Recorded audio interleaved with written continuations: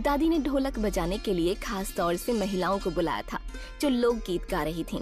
कोई नाच रहा था, कोई तालियां बजा रहा था। दादी खुद भी लोकगीत गुनगुनाने लगी थीं। शाश्वत और आकृति सबका वेलकम कर रहे थे और खाने पीने के लिए पूछ रहे थे। तभी दादी ने उन दोनों को आवाज लगाई, शाश्वत, आकृति, थोड़ा तुम लोग भी डांस कर लो, शगुन हो जाएगा और महफिल भी जम जाएगी। आकृति ने शर्माते हुए शाश्वत की तरफ देखा। वो भी आकृति की तरफ देखकर मुस्कुराया और धीरे से बोला, मुझे डांस करना तो नहीं आता, पर तुम्हारे साथ जरूर नाचूंगा। क्यों, क्या कहती हो? आकृति हंसने लगी। दोनों महफिल में घुस गए और खूब डांस किया। आकृति और शाश्वत को इस तरह खुश देखकर दादी की आंखें भर आईं। वो खुद में ही बड़बड़ाने लगीं। तेरा लाख लाख शुक्र है भगवान, आज सालों बाद इस घर में रौनक लौट आई है। अभी दादी ने इतना कहा ही था कि तभी रागिनी और नताशा भी पहुंच गए। शाश्वत और आकृति उन्हें देखते ही आशीर्वाद लेने पहुंचे। ये सब तो ठीक है, पर शाश्वत एक बात पूछूं? ये शादी इतनी धूमधाम से हो रही है, सब लोग इकट्ठा हुए हैं, पर तुम्हारे घर वाले कहाँ हैं? माँ बाप, भाई बहन, रिश्तेदार, कोई दिखाई नहीं दे रहा। रागिनी ने ये बात इतनी जोर से कही थी कि सब लोगों को सुनाई दे। अचानक माहौल में खामोशी सी छा गई। अब सबकी नजर शाश्वत पर थी। शाश्वत ने कुछ सोचा और फिर बोला, वो मेरा कोई है नहीं, मैं अनाथ हूँ। कुछ दोस्त हैं, बस उन्हीं का सहारा है। क्या तुम अनाथ हो? लो कर लो बात। रागिनी इतना कहते ही दादी की तरफ मुड़ी और ताना मारते हुए बोली, मैंने कहा था ना, खुद कह रहा है, इसका ना कोई कुल है, ना कोई खानदान, ना रिश्तेदार। बहुत खूब, बड़ा अच्छा दामाद ढूंढा है तुम लोगों ने। ये भी तो पूछो, ये करता क्या है? जिसका कोई परिवार ही नहीं, वो क्या परिवार बनाएगा? सभी रिश्तेदारों में हल्की फुसफुसाहट शुरू हो गई। माहौल भारी होने लगा। आकृति को भी थोड़ा अजीब लग रहा था। उसने शाश्वत की तरफ देखा। रागिनी और नताशा यही तो चाहती थीं। तभी रागिनी और जहर घोलते हुए बोली, जिनके खानदान का ही पता नहीं, वो चाहे कितना भी अमीर क्यों ना हो जाए, क्या फर्क पड़ता है? पर मुझे ये बात समझ में नहीं आती आकृति, इसे तुमने पसंद किया कैसे? जिसकी ना कोई पहचान, ना कोई फ्यूचर। मैं तो कभी ऐसे लड़के से शादी ना करूं। सच में आकृति, तुमने तो घर वालों को मुंह दिखाने लायक न छोड़ा। सच सच बताना आकृति, ऐसी क्या मजबूरी थी तुम्हारी? कहीं ऐसा तो नहीं तो कुछ छुपाने के लिए जल्दबाजी में शादी का ढोंग रच रही है? कुछ कहती क्यों नहीं तुम आकृति? सच का सामना करने से डरती हो क्या? कोई इज्जतदार लड़की ऐसे अनाथ लड़के के साथ क्यों ही नाम जोड़ना चाहेगी? शाश्वत अब तक शांत खड़ा था, पर अब वो आकृति का अपमान नहीं सह सकता था। बस कीजिए, मेरे अतीत को लेकर जितना जहर उगलना है उगलो, पर आकृति के बारे में एक शब्द भी मत कहना। याद रखिए, आकृति पर सवाल उठाने का मतलब है आप अपने खानदान पर सवाल उठा रही हैं। शाश्वत की आवाज इतनी तेज थी कि पूरे हॉल में सन्नाटा छा गया। वो आगे कुछ और बोलने को हुआ, तभी दादी की आवाज आई, हम हैं इसका खानदान, हम हैं इसका परिवार। शाश्वत अनाथ नहीं है, वो हमारे परिवार का हिस्सा है। जैसे ही दादी ने ये शब्द कहे, शाश्वत दादी की तरफ देखने लगा। उसके दिल में दादी के लिए इज्जत और भी बढ़ गई थी। रागिनी, मैंने तुमसे पहले भी कहा था, यहाँ आओ तो प्यार से आना, वरना तुम जा सकती हो। माहौल खराब ना करो। माँ, तुम्हें तो मैं ही गलत नजर आती हूँ। तुम लोग दामाद बनाने के लिए किसी को भी सड़क से उठा कर ले आए, वो तुम्हें नहीं दिख रहा। मैं सच कहूँ तो बुरी लगती हूँ, जैसे मैं इस घर की ही नहीं हूँ। तुम सच नहीं कहती बल्कि जहर उगलती हो। और तुम आकृति, शाश्वत या हमारे खानदान की बेइज्जती मत करो। शाश्वत इस घर का दामाद है, वो मेरी आकृति से प्यार करता है। मेरे लिए इतना ही काफी है। मुझे नहीं जानना उसके खानदान के बारे में। और तुम किस खानदान की बात कर रही हो? तुम्हारी बेटी ने जिस लड़के को चुना है, वो लड़का आकृति को धोखा देकर भागा है। उसका क्या खानदान है? देख लेना, वो नताशा को भी धोखा देगा, तब तुम पछताओगी। पैसा सब कुछ नहीं होता रागिनी। दादी की बात पर नताशा तिलमिला गई। वो आगे बढ़ी और कहने लगी, नानी, आप समर के बारे में इस तरह बात नहीं कर सकती। और तुम शाश्वत के बारे में इस तरह बात कर सकती हो? मैं तुमसे कहती हूँ अभी के अभी चली जाओ। न माँ को तमीज है बात करने की, न बेटी को। हाँ माँ, तुमने हमें समझा ही कब है अपना? तुम्हारे लिए तो बस ये आकृति ही सब कुछ है ना। नानी, आपने बचपन से ही सिर्फ आकृति का पक्ष लिया है, इसीलिए तो मुझे इससे इतनी नफरत है। चलो मामा यहाँ से, मुझे यहाँ एक पल भी नहीं रहना। दादी ने दोनों को जाने दिया। सविता ने आकर दादी से उन्हें रोकने की गुजारिश भी की, पर दादी नहीं मानी। मेहमानों के चले जाने के बाद घर में सन्नाटा सा छा गया। आकृति सारे काम निपटाकर अपने रूम में जा चुकी थी, पर पर शाश्वत के मन में अजीब सी बेचैनी थी।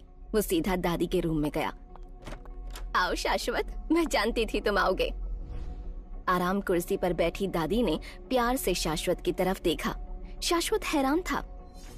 दादी, सच में आज आपने मेरा साथ दिया, मैं इसके लिए दिल से शुक्रगुजार हूँ। आप मुझ पर इतना भरोसा करती हैं, इसीलिए मैं भी आपको अपनी असलियत बताना चाहता हूँ, जो मैंने पूरी दुनिया से छिपाई है। क्यों इतना बोझ लिए घूम रहा है? ऐसी क्या मजबूरी है तेरी? जब से तू इस घर में आया है, देख रही हूँ तेरी आंखों में दर्द है। तू जितना शांत रहता है ना, अंदर से उतना ही अशांत है। हाँ दादी, मेरी जिंदगी में ऐसे राज हैं जिसकी वजह से कई लोग मुझे जिंदा नहीं देखना चाहते। कुछ लोग सोचते मैं मर चुका हूँ। उन्हें बेनकाब करने के लिए ही मैं ऐसी जिंदगी जीने के लिए मजबूर हूँ। तुम शाश्वत कपूर हो ना? कपूर इंडस्ट्रीज के मालिक असीम कपूर के बेटे। दादी के मुंह से एक बार फिर अपना नाम सुनकर शाश्वत हैरान था। उसने इधर उधर देखा और दादी के और करीब आ गया। दादी, आप... मैंने तुम्हें उसी दिन पहचान लिया था जब तुम पहली बार घर पर आए थे। उसी टाइम तुम्हारी तस्वीर मैंने न्यूज में देखी थी, पर जिस तरह से तुम बात कर रहे थे, मुझे समझ में आ गया था कि तुम खुद को छुपाने की कोशिश कर रहे हो, इसलिए कुछ नहीं कहा। हाँ दादी, मैंने आकृति को भी अपनी असलियत बताने की कोशिश की, पर उसके व्यवहार से लगता है वो ये सब एक्सेप्ट नहीं करेगी। डरता हूँ कि कहीं वो मुझे छोड़ ना दे। मैं उससे बहुत प्यार करता हूँ, उसे खोना नहीं चाहता। मैंने तुम्हारी आंखों में आकृति के लिए प्यार देखा है। बूढ़ी नजरें बहुत पारखी हैं बेटा, ऐसे ही मैंने आकृति के लिए तुम्हें नहीं चुना। थैंक यू दादी। कोई बात नहीं बेटा, भगवान तुम्हें तुम्हारे मकसद में कामयाबी दे। मैं हमेशा तुम्हारे साथ हूँ, देखना तू ही जीतेगा। शाश्वत दादी के पांव छूने लगा, पर दादी ने उसे गले लगा लिया। उनकी आंखें भर आईं। तुम बिल्कुल मेरे बेटे सुरजीत की तरह हो, एकदम शांत पर समझदार। उन्हें क्या हुआ था दादी? पता नहीं क्या हुआ। मेरा बेटा सुरजीत और मेरा दामाद सुशील किसी प्रोजेक्ट में साथ काम कर रहे थे। एक दिन शाम के टाइम सुशील ने उसे किसी मीटिंग के लिए बुलाया, पर वो उसके पास पहुंचा ही नहीं। दूसरे दिन उसकी बॉडी नदी किनारे मिली। क्या? हाँ बेटा, सुशील ने बताया था सुरजीत नदी में डूब गया था। उसके आदमियों ने उसे बचाने की कोशिश की, पर मुझे आज भी यकीन नहीं होता। दादी की तरह शाश्वत को भी सुरजीत के नदी में डूबने वाली बात पर यकीन नहीं हुआ। उसे ये समझते देर न लगी कि सुरजीत नारंग की मौत कोई हादसा नहीं थी। तभी दादी की आवाज उसके कानों में पड़ी। पता नहीं हंसते खेलते परिवार को किसकी नजर लग गई। शाश्वत सुशील की असलियत जानता था, इसीलिए उसका माथा ठनका। वो सोचने लगा, इस सुशील मेहरा का कच्चा चिट्ठा मैं दुनिया के सामने लाकर रहूंगा। कहीं आकृति के पापा भी तो... जरूर कुछ तो गड़बड़ है। उनकी मौत के साथ सुशील मेहरा का कुछ तो कनेक्शन है। इतना सोचते ही शाश्वत ने रजत का नंबर डायल किया।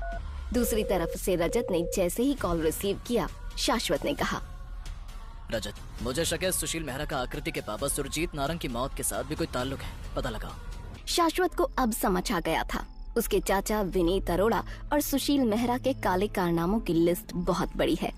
भारी मन से जब शाश्वत अपने कमरे में गया, उसने देखा आकृति बेड पर उदास बैठी थी। उसके हाथ में एक एल्बम थी और आंखें आंसुओं से भीगी हुई थीं। शाश्वत को लगा शायद संगीत सेरेमनी के दौरान जो कुछ हुआ उसकी वजह से आकृति दुखी थी।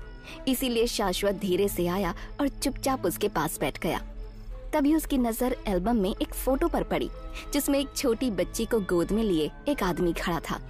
शाश्वत को देखते ही आकृति बोली, शाश्वत, अगर मेरे पापा जिंदा होते तो लोगों की हिम्मत नहीं होती मुझे इस तरह इंसल्ट करने की। ये तुम्हारे पापा है ना? क्या तुम्हें कभी ऐसा नहीं लगा तुम्हारे पापा की मौत हादसा नहीं थी? हो सकता है किसी ने उन्हें... कहते हुए शाश्वत रुक गया और आकृति की आंखों में देखने लगा। शाश्वत की बात सुनकर आकृति एकदम चौंक गई। उसने एल्बम तुरंत बंद कर दी। क्या मतलब है तुम्हारा? सब जानते हैं पापा नदी में डूब गए थे। फूफा जी ने उन्हें बचाने की कोशिश की, पर उनकी मौत हो चुकी थी। मैं वो सब याद नहीं करना चाहती, तब मैं बहुत छोटी थी। और कहते ही आकृति फिर से सकने लगी। शाश्वत सीरियस था। मैं समझ सकता हूँ, पर मुझे नहीं लगता कि तुम्हारे पापा की मौत सिर्फ हादसा थी। सच को छिपाया गया है। बस करो शाश्वत, मैं तुम्हारी इन मिस्टीरियस बातों से, तुम्हारी मिस्टीरियस पर्सनैलिटी से परेशान हो जाती हूँ। मुझे बस एक सीधी सादी जिंदगी जीने की आदत है। तुम्हें तो अचानक कोई कार गिफ्ट कर देता है, फिर तुम्हारे लिए होटल खरीद लेता है। तुम्हारे दुश्मन और अब तुम, बस छोड़ो, मुझे इस बारे में कोई बात नहीं करनी। तो तुम्हें अभी भी लगता है कि मैं तुम्हें धोखा दे रहा हूँ? शाश्वत, मैं तुम पर भरोसा करना चाहती हूँ, पर जब से तुम मेरी जिंदगी में आए हो अजीब अजीब बातें हो रही हैं। और अब तुम मेरे पापा की मौत को, ये सब छोड़ो। मैं ये सब नहीं छोड़ सकता आकृति। देखने एक दिन सच तुम्हारे सामने लाकर रहूंगा। शाश्वत आगे कुछ और भी कहना चाहता था, पर आकृति के फेस एक्सप्रेशन देखकर चुप हो गया। उसकी आंखों में दर्द और गुस्सा दोनों साफ झलक रहे थे। वो आकृति को सब सच बताना चाहता था, पर सच इतना भारी था कि शायद आकृति उसे सहन नहीं कर पाएगी। शाश्वत को लेकर उसका शक और गहराता जा रहा था। शाश्वत उठा, उसने अपना लैपटॉप खोला, तभी रजत का कॉल आ गया। वो बात करने के लिए बाहर निकल गया। बॉस, आपका शक सही निकला। डॉक्टर की रिपोर्ट में लिखा है डूबने से मौत हुई। पुलिस रिपोर्ट में भी यही लिखा है। लेकिन बॉस, मुझे हॉस्पिटल में कोई मिला जिसने कुछ और ही बताया। क्या कहा उसने? उसने मुझे मेडिकल ऑब्जर्वेशन वाली फाइल दिखाई, जिसमें साफ लिखा है कि लंग्स में पानी के निशान नहीं मिले, गले पर गहरे नीले दाग थे। यही असली रिपोर्ट है। मतलब आकृति के पापा की सांस थम चुकी थी, उन्हें मारने के बाद नदी में फेंका गया। हाँ, वो आदमी गवाही देने के लिए भी तैयार है। जिस डॉक्टर ने झूठी रिपोर्ट बनाई थी वो अभी हमारे कब्जे में है। बताइए आगे क्या करना है? कल सुशील मेहरा जेल में होगा। शेखर कपूर का एक हाथ कट जाएगा। ओके बॉस, हो जाएगा। मैंने आपको सारी रिपोर्ट्स मेल कर दी है। उसमें उस होटल की सीसीटीवी फुटेज भी है जहां सुरजीत को उस दिन मीटिंग के लिए बुलाया गया था। तो आप भी चेक कर लीजिए। हाँ, मैं देखता हूँ। आकृति को नींद नहीं आ रही थी। उसकी नजर जैसे ही शाश्वत के लैपटॉप पर पड़ी, वो धीरे से उठी और डरते डरते लैपटॉप पर नजर डाली। सामने रजत का मेल था। उसने मेल पर क्लिक किया। उसमें उसके पापा की रिपोर्ट थी। वो देखकर हैरान थी। ये क्या? ये तो पापा की डेथ रिपोर्ट है। शाश्वत मेरे पापा की मौत की इंक्वायरी क्यों कर रहा है? आकृति की सांसें तेज हो गईं। उसके हाथ कांप रहे थे। तभी अचानक शाश्वत अंदर आ गया। आकृति उसे देखकर गुस्से में बोली, तुम्हारे पास मेरे पापा की डेथ रिपोर्ट? शाश्वत, तुम उनके बारे में क्या इंक्वायरी कर रहे हो? काश तुम समझ पाती आकृति। मैंने तुमसे पहले भी कहा है, मैं तुम्हें कोई चोट नहीं पहुंचा सकता, पर सच्चाई से मुंह मोड़ना भी सही नहीं है। अब तुमने फाइल देख ली है तो फिर पूरी देख लो, शायद तुम्हें यकीन हो जाए। पर शाश्वत, क्यों? तुम ये सब क्यों कर रहे हो? क्या मिलेगा तुम्हें इससे? इंसाफ, क्योंकि मुझे तुम्हारी परवाह है। मैं तुम्हारे साथ कुछ भी गलत होते नहीं देख सकता। बल्कि अब तो मैं सोच रहा हूँ तुमसे मिलना भी कोई इत्तेफाक नहीं था, शायद किस्मत कुछ और चाहती थी। आओ ये देखो। शाश्वत ने मेल खोला और रजत ने जो होटल का सीसीटीवी फुटेज भेजा था उसे प्ले किया। तुम कहती हो ना तुम्हारे पापा की मौत नदी में डूबने से हुई। ये भी कहा गया था कि तुम्हारे पापा मीटिंग में पहुंचे ही नहीं थे, लेकिन होटल का ये फुटेज बताता है कि सुशील मेहरा आधी रात तक होटल में मौजूद था। और सबसे बड़ी बात, तुम्हारे पापा की कार भी यहाँ पार्क हुई थी। ये देखो। आकृति ने जब फुटेज देखा तो उसकी सांसें थम गईं। वो एकदम घबरा गई। मतलब पापा और फूफा जी? हाँ, तुम्हारे प्यारे फूफा सुशील मेहरा। उन्होंने तुम्हारे पापा को रास्ते से हटाया। खुद सोचो, तुम्हारे पापा के हटने के बाद सुशील मेहरा करोड़पति हो गया। आकृति की आंखों से आंसू बहने लगे। वो शाश्वत पर शक कर रही थी पर तभी अचानक उसके मन में एक नया डर पैदा हो गया। वो सोचने लगी, अगर शाश्वत सही है तो उसने मुझे ये सच इनसे पहले क्यों नहीं बताया? इतना सोचते ही आकृति ने शक भरी निगाहों से शाश्वत की तरफ देखा और पूछा, शाश्वत, पर पोस्टमार्टम रिपोर्ट में तो आया था कि पापा की मौत नदी में डूबने से हुई है। ये देखो असली रिपोर्ट। तुम लोगों को जो रिपोर्ट दी गई वो नकली थी। आकृति ध्यान से रजत की भेजी हुई रिपोर्ट देखने लगी, जिससे साफ पता चल रहा था कि उसके पापा की मौत नदी में गिरने से पहले ही हो चुकी थी। मतलब उन्हें पहले मारा गया और फिर नदी में फेंका गया, फिर वहाँ से निकालकर किनारे में फेंक दिया। कितना घिनौना खेल खेला गया। छी, ये सच नहीं हो सकता। मेरे फूफा जी ऐसा नहीं कर सकते। आखिर वो उनकी बीवी के भाई थे। कौन फूफा कौन अंकल? आकृति ये साफ है कि सुशील मेहरा ने तुम्हारे पापा की हत्या की है या करवाई है। अब क्या होगा शाश्वत? क्या ये सच है? मैं यकीन नहीं कर पा रही। यही सच है आकृति, सच का सामना करो। अगर ये सच है तो कातिल को सजा मिलनी चाहिए। मेरे पापा का कातिल सरेआम घूम रहा है, उसे सजा मिलनी चाहिए। पर कैसे? सुशील मेहरा कल सलाखों के पीछे होगा, ये मेरा वादा है तुमसे। बस अभी तुम आराम करो, मुझे किसी से मिलने जाना है। अगली सुबह दादी ने हमेशा की तरह न्यूज चलाई। चैनल पर ब्रेकिंग न्यूज चल रही थी। शहर के चर्चित कारोबारी सुशील मेहरा को पुलिस ने हिरासत में लिया। मामला उनके बिजनेस पार्टनर सुरजीत नारंग की मौत से जुड़ा है। सालों पहले सुरजीत नारंग की लाश नदी के किनारे मिली थी। उस वक्त मेडिकल रिपोर्ट में इसे एक्सीडेंटल ड्रोनिंग बताया गया था, लेकिन अब नए सबूत सामने आए हैं। स्क्रीन पर पुरानी रिपोर्ट की कॉपी दिखाई गई और साथ में एक पुलिस अधिकारी का बयान चलने लगा। पोस्टमार्टम रिपोर्ट से छेड़छाड़ की गई थी। असल कारण गला दबाकर हत्या की गई थी। लाश नदी में सिर्फ इसलिए फेंकी गई ताकि मौत को डूबने जैसा दिखाया जा सके। उस वक्त कुछ डॉक्टरों को पैसे देकर चुप कराया गया था। अब उनमें से एक डॉक्टर और कुछ लोगों ने सुशील मेहरा के खिलाफ गवाही दी है। दादी ये देखकर दंग रह गई। तभी शाश्वत पीछे से आया और उनके कंधे पर हाथ रखा। दादी सब समझ गईं। उन्होंने शाश्वत का हाथ पकड़ लिया। उनकी आंखों से आंसू बहने लगे। आकृति भागकर लिविंग रूम में आई। इसका मतलब सच में गुनहगार पकड़ा गया? शाश्वत तुम सही थे। सविता जी भी किचन से दौड़ी दौड़ी बाहर आईं। उनकी नजरें एकदम टीवी पर ही टिक गईं। उन्हें यकीन ही नहीं हो रहा था। इतने सालों से मैं उनकी हत्या को हादसा मानकर जीती रही। शाश्वत, आज तुमने बेटा होने का फर्ज अदा किया। मैं तुम पर यूं ही शक करती रही। मुझे माफ करना बेटा। सविता जी की आंखों के आंसू थम ही नहीं रहे थे। उन्होंने आगे बढ़कर शाश्वत को गले लगा लिया। आकृति भी उन्हें संभालने लगी। सच में मैं जिंदगी भर तुम्हारा एहसान नहीं चुका पाऊंगी। मम्मा, बेटा भी कहती हैं और एहसान भी मानती हैं। ये तो मेरा फर्ज था। मैंने आपसे कहा था ना कि कुछ सच्चाई ऐसी है जो शायद मैं अभी आप लोगों को नहीं बता सकता, पर मेरा इरादा आप लोगों को नुकसान पहुंचाना कभी नहीं रहा। शाश्वत बेटा, बस हमेशा ऐसे ही बेटा बनकर रहना। शाश्वत दादी के पास गया और धीरे से कंधे दबाए। तभी उसका फोन बजा। उसने कॉल रिसीव किया। मैं बस अभी पहुंच रहा हूँ। विनीत अरोड़ा और शेखर कपूर एक बड़े से कॉन्फ्रेंस रूम में बैठे थे। सामने न्यूज चैनल की क्लिप बार बार चल रही थी। सुशील मेहरा की गिरफ्तारी, पार्टनर सुरजीत नारंग की हत्या का मामला। अचानक ये केस कैसे खुल गया? सालों बाद आज सबूत सामने कहां से आ गए? आखिर कौन है इसके पीछे? मैं उसे छोड़ूंगा नहीं। विनीत, जो अभी तक सदमे में था, वो हरकत में आ गया। उसके दिमाग में अब पूरी पिक्चर क्लियर हो रही थी। वो खुद में ही बड़बड़ाने लगा। वो पहले आकृति नारंग के करीब गया, उसके बाप की मौत का सच बाहर निकाला। इसका मतलब आकृति नारंग के करीब जाना उसके मिशन का हिस्सा था। अगर इसे रोका नहीं तो अगला टारगेट हम में से कोई और हो सकता है। क्या बड़बड़ा रहे हो विनीत? मुझे बताओ, तुम्हारे दिमाग में चल क्या रहा है? शेखर, मैं तुम्हें परेशान नहीं करना चाहता था, पर एक मिस्टीरियस लड़का है। पिछले कुछ टाइम से मुझे उस पर शक है। वो आजकल सुरजीत नारंग के घर पर है। उसकी बेटी से शादी करने वाला है, पर वो बहुत खतरनाक है। जानते हो, उसने वहाँ पर शहर का सबसे बड़ा होटल खरीद लिया, और वो भी चुटकियों में। क्या बात कर रहे हो? इस लड़के के पीछे कोई तो राज है, पर ये हमारी पकड़ में आ नहीं रहा। मैंने अपने आदमियों को इसके पीछे लगाया है, पर उन्हें भी बेवकूफ बना देता है। नाम क्या है उसका? उसका नाम शायद मेरे बेटे ने उसका नाम शाश्वत बताया था। क्या? शाश्वत? ये तो मेरे भतीजे का नाम है। कहीं वो तो नहीं? नहीं, पर वो तो 6 महीने से गायब है और अब तक मर भी चुका होगा। मैंने अपने आदमियों को उसे ढूंढने के लिए भेजा था, पर वो कहीं नहीं मिला। तुम्हारा भतीजा भी रहस्य बना हुआ है, और ये जो लड़का है ये भी एक रहस्य है। कहीं वही तो हमारे साथ गेम नहीं खेल रहा? पर ये कैसे हो सकता है? मुझे पिछले 6 महीने से उसका कहीं कोई अता पता नहीं। तुम तो सब जानते हो। इनफैक्ट मैं तो अभी उसकी मौत को डिक्लेयर भी करने वाला हूँ। जो भी हो, पर ये जो शाश्वत नाम का लड़का है, हमें इसे रास्ते से हटाना होगा, नहीं तो ये हमारे लिए बहुत बड़ा खतरा हो सकता है। बात तो तुम सही कह रहे हो। हमें पता लगाना होगा जिस लड़के की तुम बात कर रहे हो वो कहीं मेरा भतीजा ही तो नहीं। अगर ऐसा हुआ तो उसे मौत के घाट उतारना बहुत जरूरी है, नहीं तो वो मेरे लिए बहुत बड़ी मुसीबत हो सकता है।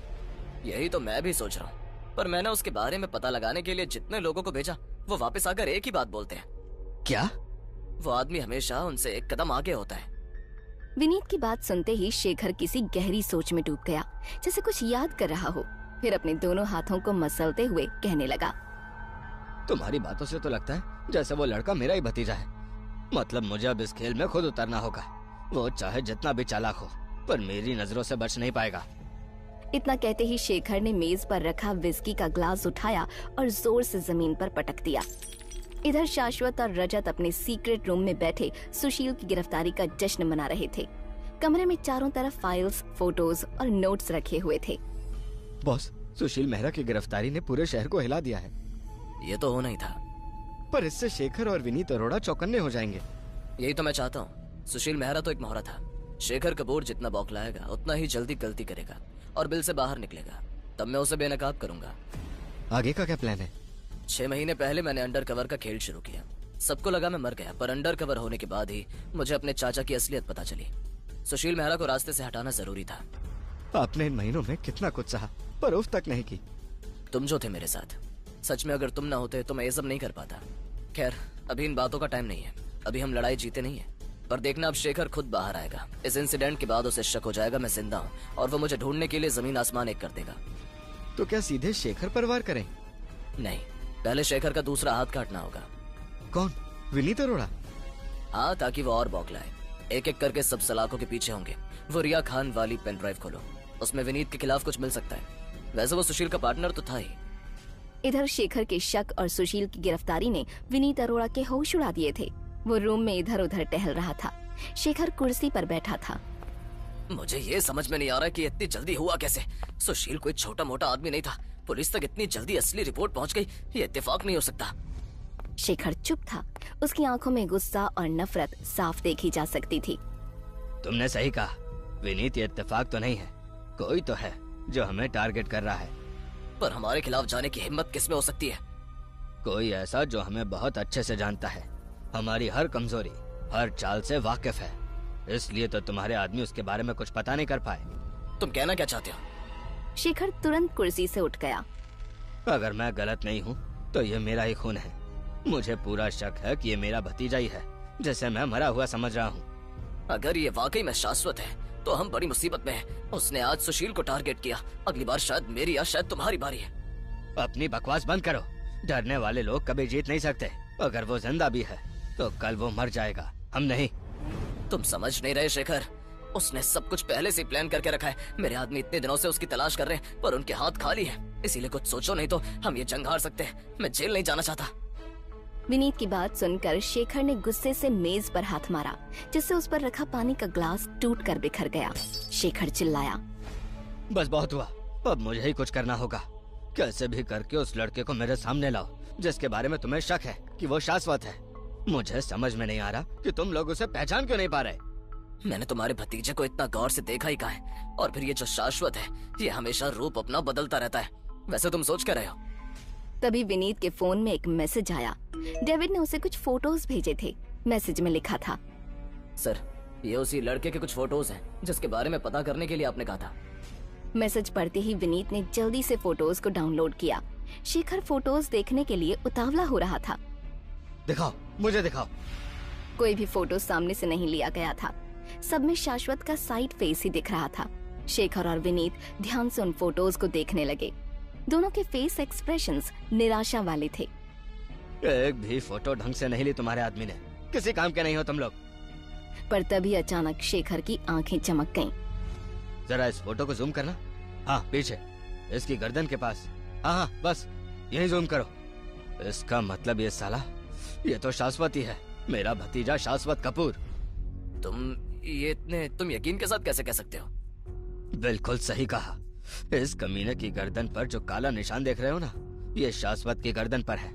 मतलब वो कुत्ते का पिल्ला जिंदा है।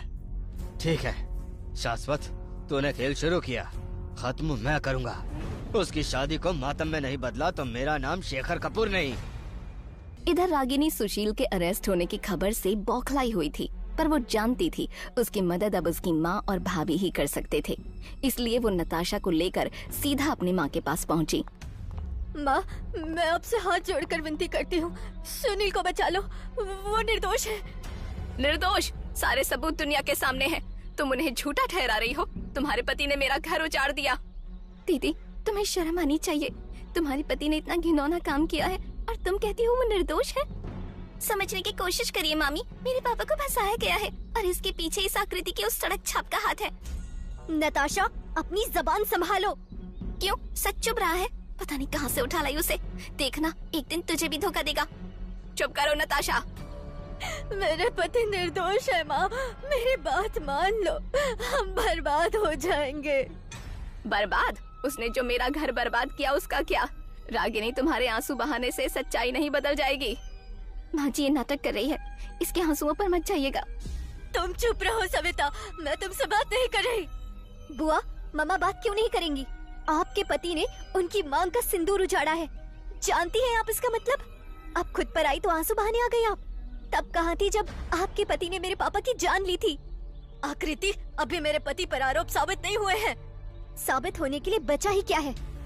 जहाँ एक तरफ आकृति के कमरे में माहौल गर्म हो गया था, सब एक दूसरे पर चिल्लाने लगे, वहीं दूसरी तरफ समर शेखर कपूर के ऑफिस पहुंचा। उसके हाथ में एक फाइल थी। शेखर कपूर समर को देखकर थोड़ा चौंका। समर, तुम यहाँ? क्या बात है? अंकल, मैं आपके लिए एक धमाकेदार खबर लाया हूँ। क्या खबर है? आपका भतीजा शाश्वत कपूर जिंदा है। वो मैं जानता हूँ, ये कोई धमाकेदार खबर नहीं है।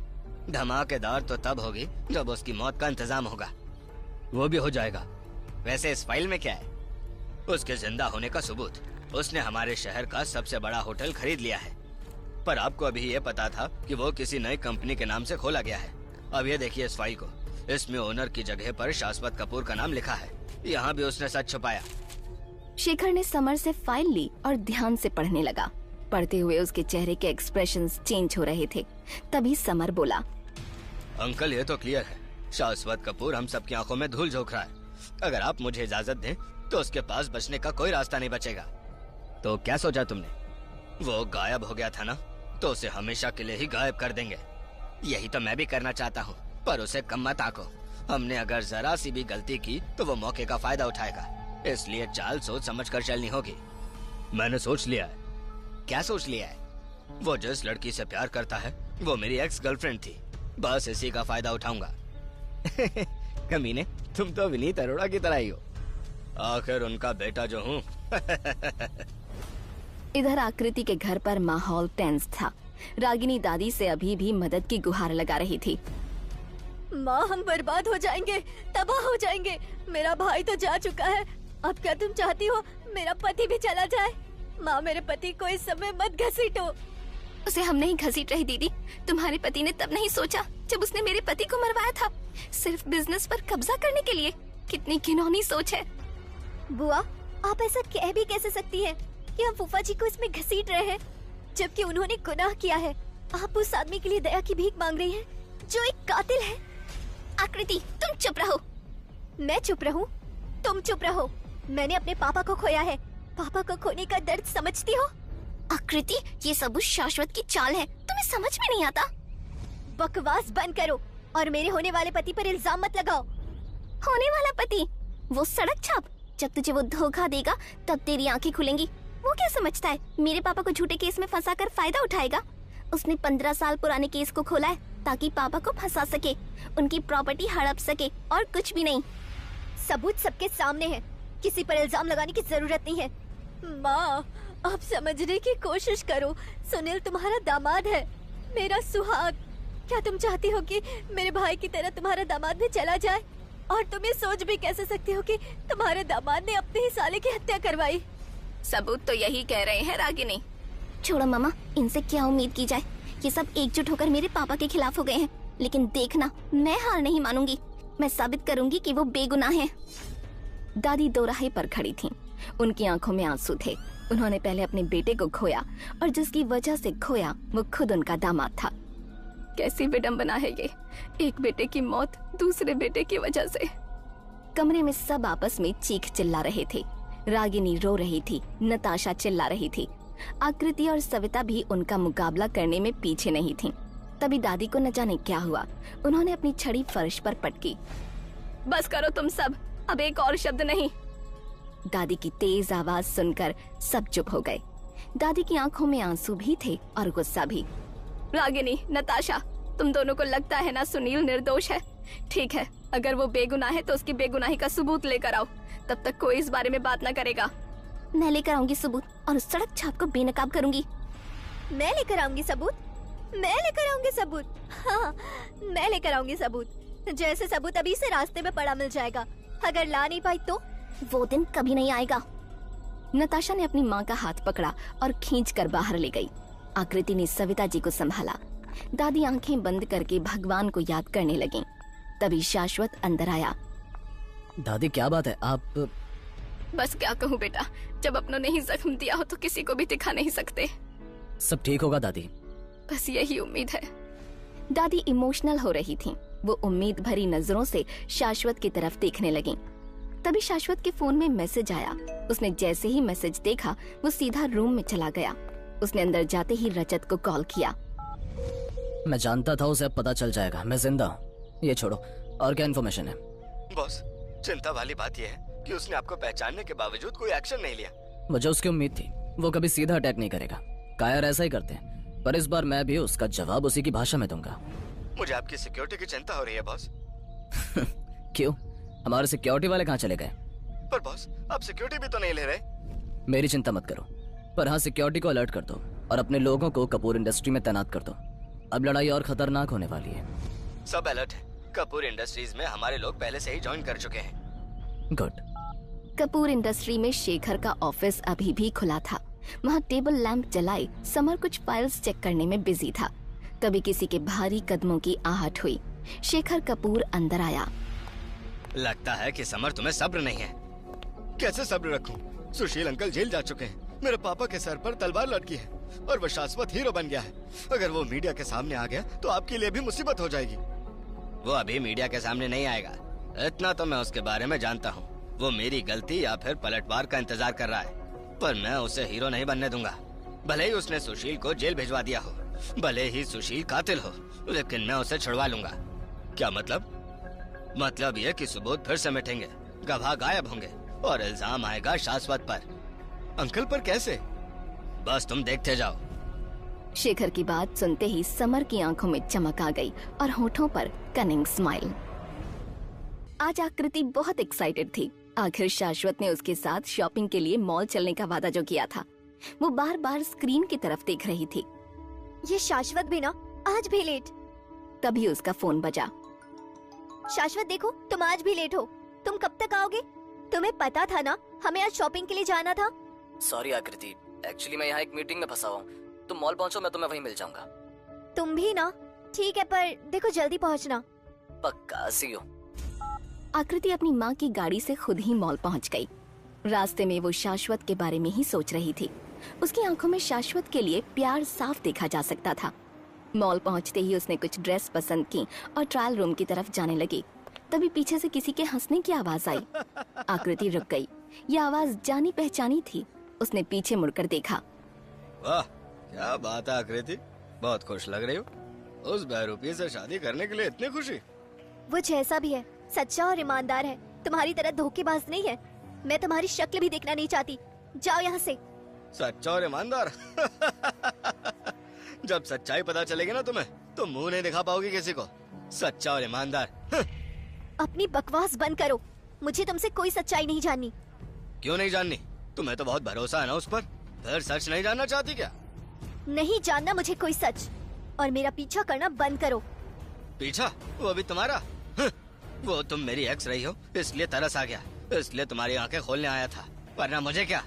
आखिर शादी से पहले तुम्हें अपने होने वाले दूल्हे की असलियत तो पता होनी चाहिए ना। आकृति चौंक कर समर की तरफ देखने लगी। आखिर शाश्वत मिस्टीरियस तो रहा है, पर वो समर को भी जानती थी। वो एक नंबर का मक्कार था, इसलिए वो उसकी बात सुनना ही नहीं चाहती थी। बस करो समर। मेरे होने वाले दूल्हे के बारे में मैं एक भी शब्द गलत नहीं सुनना चाहती। इतना जादू कर दिया क्या उसने? पूरी तरह से अंधी हो चुकी हो तुम। बस इसी का फायदा उठा रहा है वो। चुप करो समर। चुप हो जाऊंगा, पर तुम ये भी नहीं जानना चाहती कि वो आखिर है कौन? समर की बात सुनकर आकृति के मन में उत्सुकता जागी। आखिर वो कब से शाश्वत के बारे में जानना चाहती थी, पर उसे समर पर भरोसा नहीं था। वो जो भी है बहुत अच्छा इंसान है। तुम्हारी तरह मक्कार और धोखेबाज नहीं है। पर मैं बहरूपिया नहीं हूँ। अब अपनी आंखें खोल, उस बहरूपिया को पहचान लो। बहरूपिया बहरूपिया, बंद करो अपनी बकवास। मैं अपने होने वाले पति के बारे में एक भी गलत शब्द नहीं सुनना चाहती। सुन लिया तुमने? निकलो यहाँ से। मत सुनो, पर जब वो तुम्हें इस्तेमाल करके फेंक देगा ना, तब मेरी याद आएगी तुम्हें। तुम्हारा शाश्वत कोई सड़क छाप नहीं, बल्कि कपूर इंडस्ट्रीज का वारिस शाश्वत कपूर है, जो अपना बदला लेने के लिए तुम्हें बस इस्तेमाल कर रहा है। आकृति ये सुनते ही सन्न रह गई। उसे नताशा के कहे शब्द याद आए। वो भी यही कह रही थी कि शाश्वत उसे इस्तेमाल कर रहा है। आकृति के मन में कई सवाल उठने लगे, पर उसने खुद को समझाया और गुस्से में बोली। पर इस बार उसके शब्दों में कहीं न कहीं शाश्वत के लिए शंका थी। समर, बकवास बंद करो। मैं बकवास नहीं कर रहा, बकवास तो उसने की है। शाश्वत कपूर एक बहुत बड़ा खेल खेल रहा है आकृति। उसने तुमसे प्यार का नाटक किया ताकि सुशील मेहरा से बदला ले सके।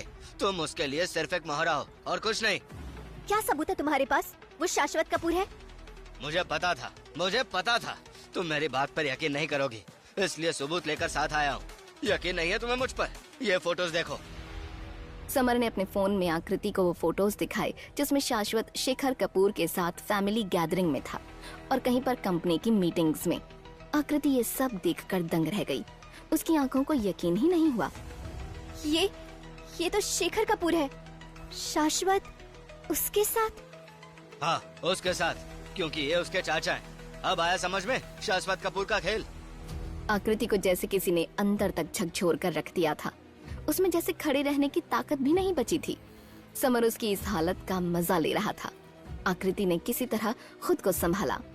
तो क्या शाश्वत ही शाश्वत कपूर है? नहीं, वो मेरे साथ ऐसा नहीं कर सकता। ये सच नहीं हो सकता। मैंने उसे सड़क पर सोते देखा है। हाँ, क्योंकि ये उसका प्लान का हिस्सा था। नहीं, वो ऐसा नहीं कर सकता। वो ऐसा कर चुका है आकृति। तुम जितनी जल्दी ये मान जाओगी उतना ही अच्छा होगा। पर उसने मुझसे अपनी पहचान छुपाई क्यों? क्योंकि अगर तुम सच जान जाती तो तुम उससे सवाल करती, और वो अपना घिनौना खेल नहीं खेल सकता था। वो तुमसे झूठे प्यार का नाटक कर रहा है और अंदर से अपने दुश्मनों को खत्म करने की चाल चलता रहा। आकृति की आंखों में आंसू आ गए। वो बार बार उन तस्वीरों को देख रही थी। उसके मन में एक तूफान मचा था। समर ने इस बात का फायदा उठाया और धीरे धीरे उसके करीब आया। आकृति, तुम्हें लगता है ना मैंने तुम्हें धोखा दिया? असल में मैं भटक गया था। तुम्हारी बहन नताशा ने मुझे फंसाया। मैं तुमसे ये नहीं कहता कि तुम मुझे माफ कर दो। मैंने गलती ऐसी की है जिसकी माफी भी नहीं मांगी जा सकती, पर मैं तुम्हें बर्बाद होते हुए नहीं देख सकता। मुझे तुम्हारी सिंपैथी नहीं चाहिए समर। तुम जाओ यहाँ से। मुझे शाश्वत से पूछना है, तभी मैं यकीन कर पाऊंगी। इससे क्या होगा? वो नई कहानी कर देगा। तुम फिर उसकी बातों में आ जाओगी और मोहरा बनी रहोगी। वो बहुत शातिर है आकृति। क्या तुम अभी भी नहीं समझी? समर की बात सुनकर थोड़ी देर के लिए आकृति चुप हो गई। उसे अब समर की बातों में सच्चाई नजर आ रही थी, पर उसे समझ में नहीं आया कि आखिर शाश्वत ने ये सब किया क्यों उसने सच छुपाया। नहीं, मुझे उससे पूछना है। मुझे अब भी यकीन नहीं है कि शाश्वत ने मुझे धोखा दिया। मैं उससे पूछूंगी उसने ऐसा क्यों किया। और वो तुम्हें जैसा बता देगा। बोली हो तुम, और इसी चीज का फायदा उठाया उसने। तुम्हें उससे जो पूछना है पूछ लेना, पर एक बात ध्यान रखना, वो तुम्हें फिर बेवकूफ बनाएगा। समर की बात का आकृति पर असर हुआ। उसे याद आया कि शाश्वत ने अभी तक कभी भी उससे सीधे बात नहीं की है और वो हमेशा तोड़ मरोड़ कर बात करता है। वो मन ही मन सोचने लगी, अगर सच में वो मेरे साथ खेल रहा है तो मैं उसे कभी माफ नहीं करूंगी। समर को समझ आ गया था कि उसका तीर सही निशाने पर लगा था। वो भी मन ही मन सोचने लगा, आकृति, मैं यही तो चाहता हूँ कि तुम मुझसे सवाल करो। तुम ही उसके खिलाफ मेरा सबसे बड़ा हथियार बनोगी। समर चुपचाप बाहर निकल गया। आकृति का अब कोई भी खरीदारी करने का मन नहीं था, इसीलिए उसने पसंद की हुई ड्रेसेस को वहीं छोड़ा और तेजी से बाहर निकल गई। जैसे ही वो गेट पर पहुंची, बाहर से शाश्वत अंदर ही आ रहा था। वो आकृति के पास आया। तुम खाली हाथ? तुम तो शॉपिंग करने आई थी ना? तुम्हें इससे क्या? अब मेरे हाथ खाली ही रहेंगे हमेशा। अब तुम्हें इस पर भी नाटक करना है? आकृति, सॉरी मैं लेट हो गया, इसीलिए नाराज हो ना। चलो अब मैं तुम्हारे साथ शॉपिंग करूंगा। मुझे नहीं करनी तुम्हारे साथ शॉपिंग। इतना कहते ही आकृति बाहर जाने लगी। शाश्वत को समझ नहीं आया कि आकृति इतना गुस्से में क्यों थी। वो तो हमेशा थोड़ी देर में ही मान जाया करती थी। उसने फिर से आकृति को मनाने की कोशिश की। आकृति गुस्सा मत हो, वो मैं। बस करो शाश्वत, तुम ढोंगी हो, नकली हो। आकृति क्या हुआ? तुम अचानक नहीं शाश्वत, तुम्हारे इस नाटक से मैं, तुम्हारे लिए शायद ये सब कुछ एक मजाक है। अमीर आदमी हो ना, मिस्टर शाश्वत कपूर, कपूर इंडस्ट्रीज के वारिस। पर अब मुझे सब दिखता है। तुम्हारी चालबाजियां मेरे सामने नहीं चलेंगी। आकृति। पर तब तक आकृति गुस्से में बाहर निकल गई। शाश्वत का मुंह खुला का खुला रह गया। उसे समझ में नहीं आया आकृति उसकी असलियत कैसे जान गई।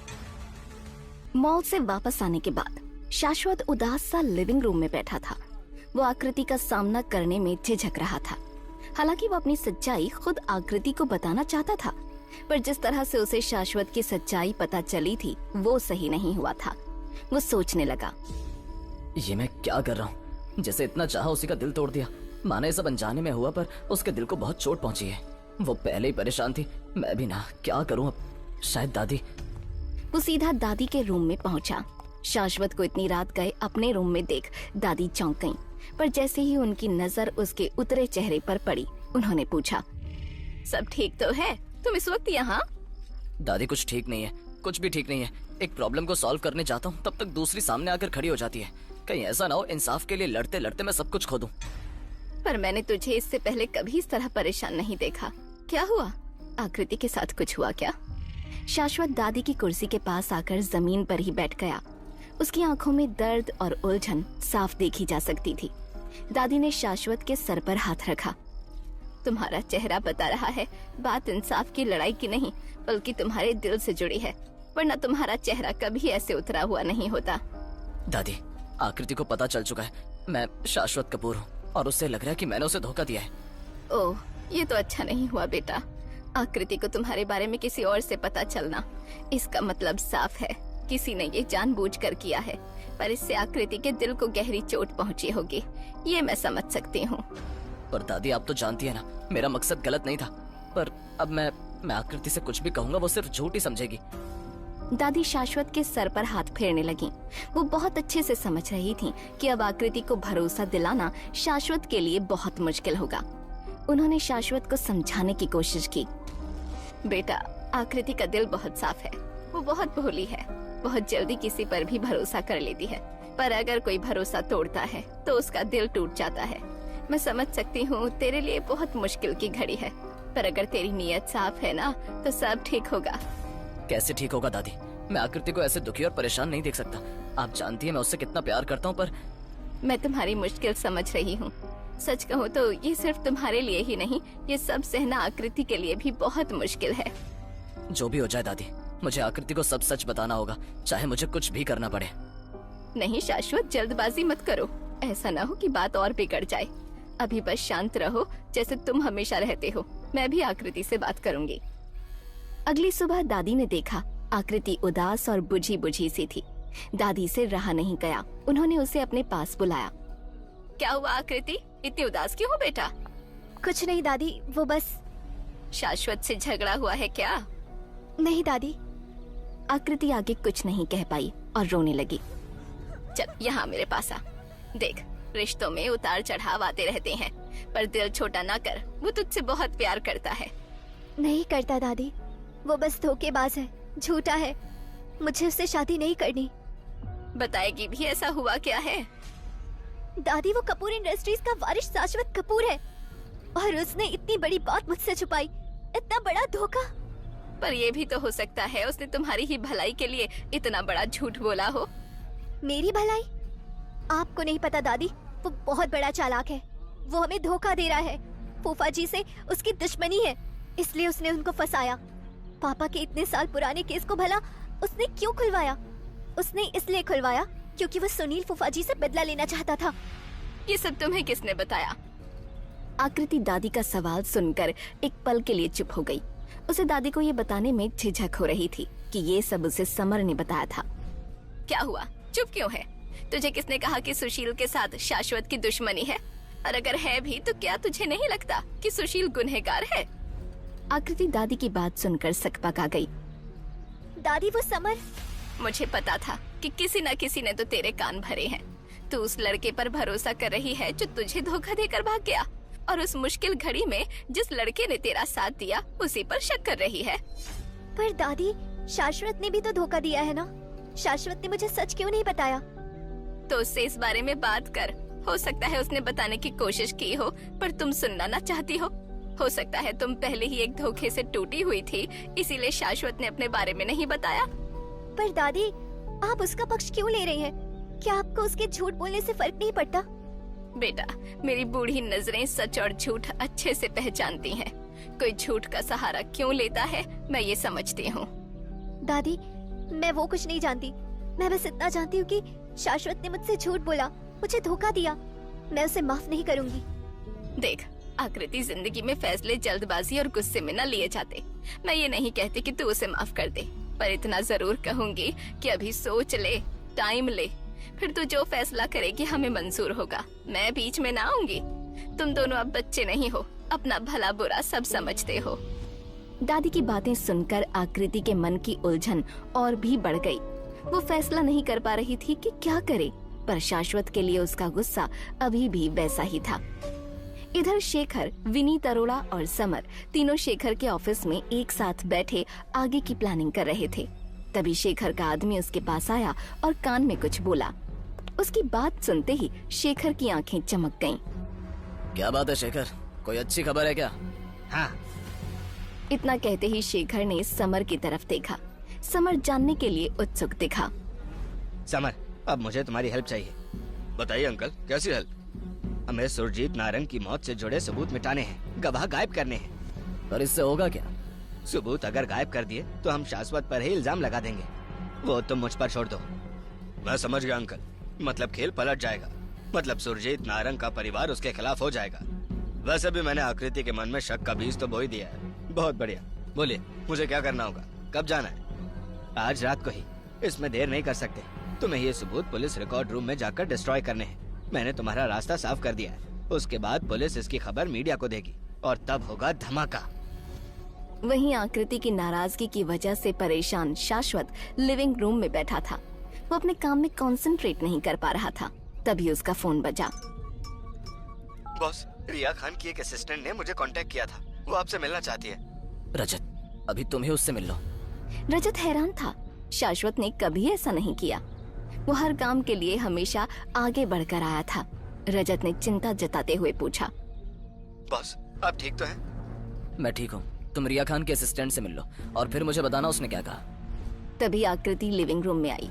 शाश्वत ने तुरंत फोन डिस्कनेक्ट किया और उठकर आकृति के पास गया। मुझे तुमसे बात करनी है।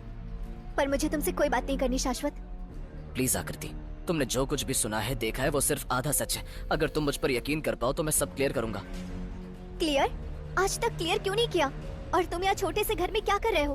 तुम तो इतने अमीर आदमी हो, तुम्हें हमारे साथ इस तरह रहने की क्या जरूरत पड़ी है? आकृति, मैं जानता हूँ तुम मुझसे नाराज हो, पर जो मैंने किया उसकी वजह थी। मैं तुम्हें चोट नहीं पहुँचाना चाहता था। पर तुमने मुझे चोट पहुँचाई है शाश्वत। मेरे साथ धोखा किया है। इरादा चाहे जो भी हो, नतीजा तो यही हुआ ना, मैं टूट गई। अब क्या चाहते हो तुम? आकृति, मैंने तुम्हें कई बार बताने की कोशिश की पर तुमने मेरा मुंह बंद कर दिया। और मैं भी डर गया कि तुम अभी टूटी हुई हो, कहीं ऐसा ना हो मैं तुम्हें खो दूं। मैं तुम्हें खोने से डरता था आकृति। पर तुमने मुझे खो तो अभी भी दिया है शाश्वत। आकृति गुस्से में अपने कमरे में चली गई। उसने अंदर से दरवाजा बंद कर लिया। आकृति, मेरी बात सुनो आकृति। यार आकृति। शेखर कपूर कोई चांस नहीं लेना चाहता था। उसे समझ आ चुका था शाश्वत उसे बर्बाद करने के लिए आमादा था, पर उसने भी शाश्वत को उसी की चाल में फंसाने की पूरी तैयारी कर ली थी। उसके इंस्ट्रक्शंस के मुताबिक समर और उसके साथ पुलिस रिकॉर्ड रूम के बाहर खड़े शेखर के अगले डायरेक्शन का इंतजार कर रहे थे कि तभी समर का फोन बजा। हम रेडी हैं अंकल? समर, रास्ता साफ है। जैसा मैंने तुम्हें समझाया था बिल्कुल वैसा ही करना है। तुम्हारे पास सिर्फ 10 मिनट है। गार्ड को किसी काम से भेज दिया गया है। फाइल उठाओ और निकलो। शेखर कपूर के इंस्ट्रक्शंस मिलते ही समर और उसकी टीम धीरे धीरे रिकॉर्ड रूम के पीछे वाले गेट से अंदर घुसे। सीसीटीवी कैमरा ब्लिंक कर रहा था, पर एक स्विच ऑफ था, जिसका साफ मतलब था शेखर कपूर ने उनका रास्ता साफ कर दिया था। समर जल्दी से अपने आदमियों के साथ रिकॉर्ड रूम में घुसा। हमें सुशील मेहरा वाली फाइल ढूंढनी है, याद है ना? समर की बात सुनते ही सब अलमारी में फाइल्स खंगालने लगे। वो इतनी जल्दी में थे कि फाइलों को फेंकते पन्ने पलटते आगे बढ़ रहे थे। 2 मिनट बाद एक आदमी बोला, मिल गई। उसने जल्दी से फाइल समर के हाथ में सौंप दी। समर ने उसे खोला, उसकी आंखें चमक गईं। तो ये है वो फाइल जिसकी वजह से हम सबकी सांसें अटकी पड़ी है। ये रहा वो सच जो अब किसी को नहीं मिलेगा। सर, टाइम हो रहा है, हमें जल्दी निकलना होगा। हाँ, जल्दी निकलो। समर वो फाइल लेकर सीधा शेखर के पास पहुंचा। अंकल, ये रही फाइल। अब शाश्वत जितनी भी कोशिश करे उसके पास हाथ लगने के लिए कुछ भी नहीं बचेगा। गुड, तुम काम के लड़के हो। मुझे ऐसे लोग पसंद है। अब खेल मेरी मुट्ठी में है। अब आगे का क्या प्लान है अंकल? शाश्वत को खत्म करना। वाह, ग्रेट। पर ये करेंगे कैसे? वो बहुत शातिर है। जानता हूँ, वो मेरा ही भतीजा है। उसका दिमाग टेढ़ा चलता है। वो मुझे और तुम्हारे बाप को टारगेट करने की प्लानिंग कर रहा है। सुशील ही तो उसका हम तक पहुँचने का जरिया था, पर मैं उसके मंसूबों पर पानी फेर दूंगा। बहुत हो गया। अंकल, वो आप दोनों तक पहुँचे उससे पहले ही उसे रास्ते से हटाना होगा। जल्दी कुछ कीजिए। मैं कर चुका हूँ। ऐसे ही सबूत गायब नहीं करवाए मैंने।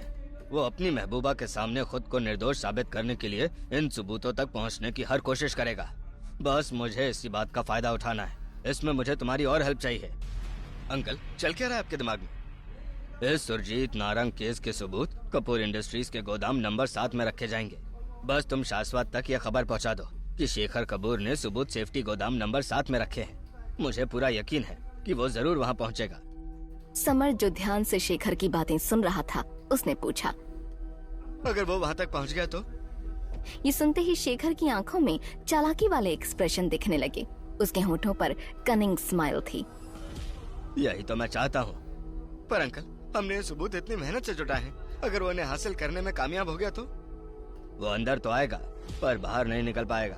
फिर दुनिया में उसके गायब होने का राज बस राज ही रह जाएगा। अंकल, क्या खतरनाक दिमाग पाया आपने। सच में आप मेरे गुरु हो। मेरे साथ रहोगे तो तुम्हारा भी दिमाग ऐसा ही हो जाएगा। अब बचकर दिखा शाश्वत कपूर। मैंने जिस खून को मिटा दिया था वो फिर से लौटकर मुझे चैलेंज नहीं कर सकता। इस बार तू नकली गायब नहीं होगा बल्कि असली में गायब हो जाएगा।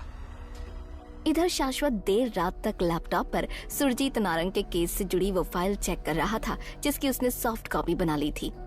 फाइल्स पर नजर गड़ाए उसके फेस एक्सप्रेशन बार बार चेंज हो रहे थे। वो सोचने लगा, इसका मतलब आकृति के पापा की मौत के पीछे मेरे चाचा का भी हाथ था। तभी उसका फोन वाइब्रेट हुआ। रजत का मैसेज था, प्लीज कॉल, इट्स अर्जेंट। शाश्वत की आंखें सिकुड़ गईं। वो सोचने लगा, ऐसा क्या अर्जेंट हो सकता है? शाश्वत ने इधर उधर नजर दौड़ाई। आसपास कोई नहीं था। उसने रजत को कॉल लगाया। बहुत बुरी खबर है, पुलिस रिकॉर्ड रूम से असली केस फाइल गायब हो गई है। आपने जो सबूत ढूंढे थे, कागजात, फोटोज, गवाहों के बयान सब गायब हैं। हाँ, तो चाचा ने अपनी चाल चल दी है। हाँ, उसने रास्ता साफ किया और समर अरोड़ा ने काम को अंजाम दिया और डिपार्टमेंट के अंदर से किसी ने उनकी हेल्प की है, वरना इतनी सिक्योरिटी में वो ये सब नहीं कर सकते थे। समझ गया, ये लोग सच को दबाने के लिए किसी भी हद तक जा सकते हैं, पर मुझे लगता है सुरजीत नारंग की मौत के साथ शेखर कपूर और विनीत अरोड़ा का भी कुछ कनेक्शन होगा, वरना ये लोग सुशील मेहरा के लिए इतनी टेंशन नहीं लेंगे। बात तो आपकी सही है, हमें कुछ करना होगा। हमें अभी कुछ करने की जरूरत नहीं है। जहाँ तक मेरा अंदाजा है वो हमें खुद उकसाएंगे। बस अब तुम अपनी सिक्योरिटी टीम को अलर्ट रखना। रजत का कॉल डिस्कनेक्ट करते ही शाश्वत सोचने लगा, अगर आकृति को ये बात पता चल गई तो उसका शक मुझ पर और पुख्ता हो जाएगा। मुझे कुछ करना होगा, पर मैं कर ही क्या सकता हूँ। मैं बस अपना काम करूंगा। दादी ने कहा था अगर तुम सच्चे हो तो एक दिन सच खुद ब खुद सामने आएगा। अगली सुबह दादी हमेशा की तरह न्यूज चैनल लगाकर बैठी थी।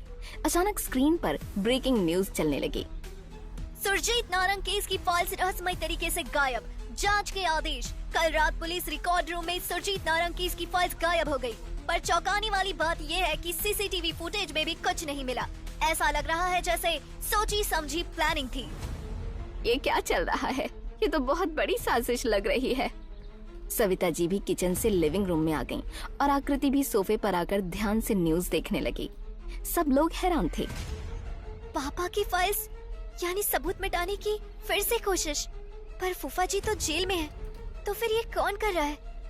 पता नहीं ये सब क्या हो रहा है। तभी आकृति का फोन वाइब्रेट हुआ। आकृति ने देखा अननोन नंबर से कॉल आ रहा था। उसे थोड़ा अजीब लगा। वो जल्दी से कॉरिडोर की तरफ चली गई। उसने कॉल रिसीव किया तो दूसरी तरफ से समर की आवाज आई। देख लिया आकृति, अपने सच्चे और ईमानदार आशिक की करतूत। समर, क्या चाहते हो? तुम्हारे पापा से जुड़ी फाइल्स रातों रात गायब हो गई। किसने किया? वो ऐसा क्यों करेगा? उससे तो सच सामने लाने की जल्दी थी। सच सामने लाने की या फिर गुनाह छुपाने की? मतलब क्या है तुम्हारा? मतलब ये है आकृति कि वो शेखर कपूर का भतीजा है। सुशील मेहरा शेखर कपूर के काले कारनामों में हमेशा साथ रहता था, तो जाहिर सी बात है शाश्वत कपूर भी कहीं ना कहीं उनके काले कारनामों में साथ होगा। बाकी तुम जो चाहो वो सोचो, मुझे तुम्हें बताना था। याद रखना, सच बाहर लाना और सच को छुपाना ये बिजनेस वर्ल्ड का गेम है।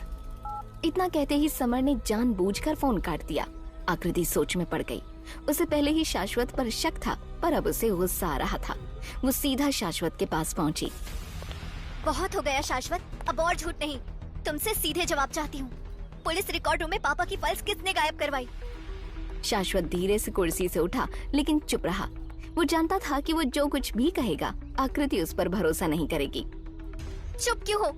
ये सब तुमने किया है ना? पहले फाइल्स मिली और अगले दिन वो गायब। मुझे सच बताओ, तुम मेरे पापा की हत्या के सच को सबके सामने लाना चाहते भी थे या फिर छुपाना चाहते थे? शाश्वत ने आकृति की तरफ देखा। उसके फेस एक्सप्रेशन एकदम सीरियस थे। आंखों में चिंता साफ नजर आ रही थी। वो सब कुछ बोलना चाहता था पर उसने खुद को रोक लिया। आकृति, कुछ बातें ऐसी हैं जिन्हें अभी तुम नहीं जानो तो ही अच्छा है। अगर मुझ पर भरोसा कर सकती हो तो कर लेना।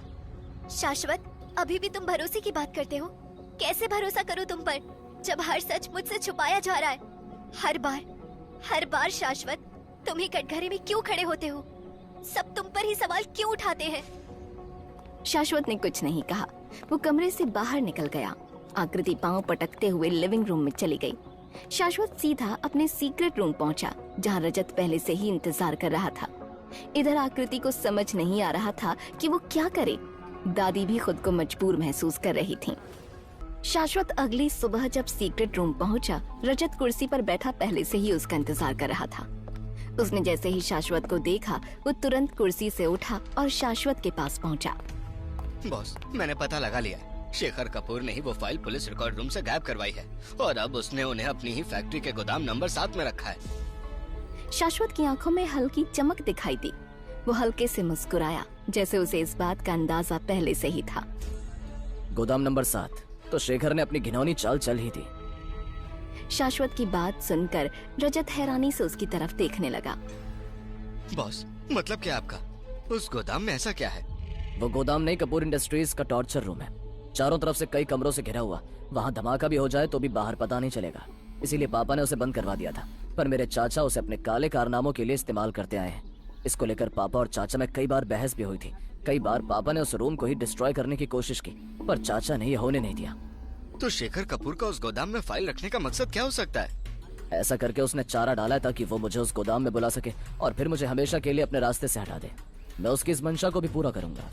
ओह माय गॉड, फिर तो आपको वहाँ नहीं जाना चाहिए। मुझे जाना चाहिए रजत।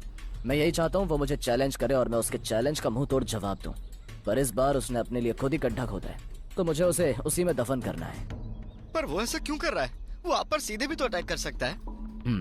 वो सीधे पापा को भी तो मार सकता था, पर उसने ऐसा नहीं किया, बल्कि पापा की मौत को एक हादसा बनाया। यही कुछ वो मेरे साथ भी करना चाहता है। समझ गया। तो वो ऐसा इसलिए कर रहा है क्योंकि अगर उसने सीधे आप पर वार किया तो उसकी साख गिरेगी। ओके, ठीक है। अब बस मुझे आपकी सेफ्टी की चिंता है। मैं आपकी जान खतरे में नहीं डाल सकता। आपकी जगह हमारी टीम वहाँ जाएगी। नहीं, वो मुझे वहाँ देखना चाहता है तो मुझे ही जाना है। आखिर वो मेरा चाचा है, उसे थोड़ी खुशी देना तो बनता है।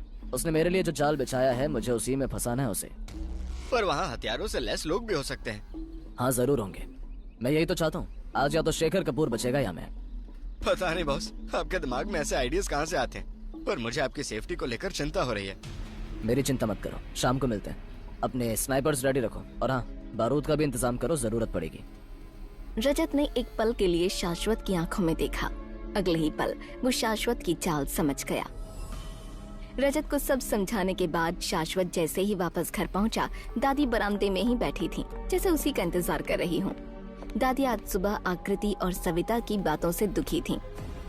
अच्छा हुआ बेटा तुम आ गए। क्या बात है दादी? चल तू मेरे कमरे में चल, मुझे तुझे कुछ दिखाना है। शाश्वत दादी के साथ उनके कमरे में चला गया। शाश्वत, मैं जानती हूँ तू बहुत खतरनाक लड़ाई लड़ रहा है। इसके लिए तूने आकृति के नाराज होने की परवाह भी नहीं की। दादी, आपने कहा था ना, अगर मैं सच्चा हूँ तो एक दिन वो समझेगी। बस मुझे भी उसी दिन का इंतजार है। आप मुझसे कोई खास बात करने वाली थी? मुझे पता है सुरजीत की हत्या वाली फाइल उन लोगों ने कहीं छुपा दी है, पर मुझे अब लगता है मेरे सुरजीत की हत्या के पीछे सिर्फ सुशील मेहरा ही नहीं, बल्कि कोई और भी हो सकता है। दादी, मुझे भी यही लगता है, पर मेरे पास अभी पुख्ता सबूत नहीं है। आप चिंता मत कीजिए, मैं जल्दी सबूत ढूंढ लूंगा। गुनहगार सलाखों के पीछे होंगे। बेटा, आज सुबह जब न्यूज में मैंने देखा सुरजीत के केस की फाइल किसी ने रिकॉर्ड रूम से गायब करवा दी है, तब मुझे एक बात याद आई। कौन सी बात दादी? एक बार सुरजीत ने मुझे एक फाइल दी थी और कहा था कि इसे किसी को मत दिखाना। उसने मेरी अलमारी में उसे छुपा कर रख दिया था। उसने ये भी कहा था कि माँ, ये फाइल अगर किसी के हाथ लगी तो उसकी जान जा सकती है, और वही हुआ। मेरे सुरजीत को उन दुष्टों ने मार डाला। क्या कह रही हैं दादी? आप मुझे वो फाइल दिखाइए। दादी धीरे धीरे अलमारी तक पहुंची और एक फाइल अलमारी से निकाली। ये रही वो फाइल बेटा, जो मुझे सुरजीत ने दी थी। शाश्वत फाइल के पन्ने पलटने लगा। वो जैसे जैसे पन्ने पलटता जा रहा था, उसकी आंखें हैरानी और गुस्से से सिकुड़ रही थीं। तो इसकी वजह से उन लोगों ने आकृति के पापा की हत्या कर दी। इसमें क्या है बेटा? दादी कुछ नहीं, ये सबूत हैं कातिलों के खिलाफ, अब वो नहीं बचेंगे। थैंक यू दादी, आपको शायद पता नहीं है आपने मेरा कितना काम आसान कर दिया है। बेटा शायद यही ऊपर वाले की इच्छा होगी। मेरा आशीर्वाद हमेशा तेरे साथ है। शाश्वत ने तुरंत रजत को एक टेक्स्ट भेजा। उधर शेखर और विनीत ऑफिस में बैठे थे, तभी शेखर का आदमी आया। बॉस, शाश्वत आज रात गोदाम नंबर 7 में सबूत लेने आएगा। मैं जानता था वो वहाँ जरूर आएगा। शेखर ने अपने आदमियों को गोदाम नंबर 7 में जगह जगह छिपकर रहने के ऑर्डर दिए, पर विनीत अरोड़ा टेंशन में दिख रहा था। आज रात शाश्वत की आखिरी रात होनी चाहिए, उसका जिंदा रहना हमारे लिए खतरे से खाली नहीं है। ऐसा ही होगा, शाश्वत आज हमेशा के लिए गायब हो जाएगा। उसे हल्के में मत ले शेखर, तू जानता है वो लड़का बहुत टेढ़ा है। अगर वो आज बच निकला तो फिर हम में से कोई नहीं बचेगा। ये तो आज रात पता चल जाएगा कौन मरेगा और कौन बचेगा। रात होते ही शेखर और रजत कपूर फैक्ट्री के पास बने गोदाम नंबर 7 के बाहर खड़े थे। शेखर कपूर ने चारों तरफ जाल बिछाया हुआ था। शाश्वत ये बात जानता था, पर उसके फेस एक्सप्रेशंस बता रहे थे उसे जरा भी डर नहीं था। रजत, तुम अपनी टीम को तैयार रखो, मैं अंदर जाऊंगा। बस ये सोच लो आज या ये गोदाम बचेगा या मैं। सब तैयार हैं बॉस, उन्होंने दुश्मन की पोजीशन चेक कर ली है। आपका इशारा मिलते ही सब खत्म। पर बॉस, अगर अब कोई अगर मगर नहीं, जो कह रहा हूँ वो करो। मैंने जो डायरेक्शंस दिए हैं उसी के हिसाब से सब होना चाहिए। आज लड़ाई आर पार की होगी। अगर मैं जिंदा बाहर नहीं आया तो आकृति से मेरा सॉरी कहना। आखिरी शब्द कहते हुए शाश्वत का गला भराया। उसने एक छोटी सी टॉर्च चलाई और गोदाम के अंदर घुस गया। बाहर शेखर कपूर अपनी कार में बैठा था और सब कुछ स्क्रीन पर देख रहा था।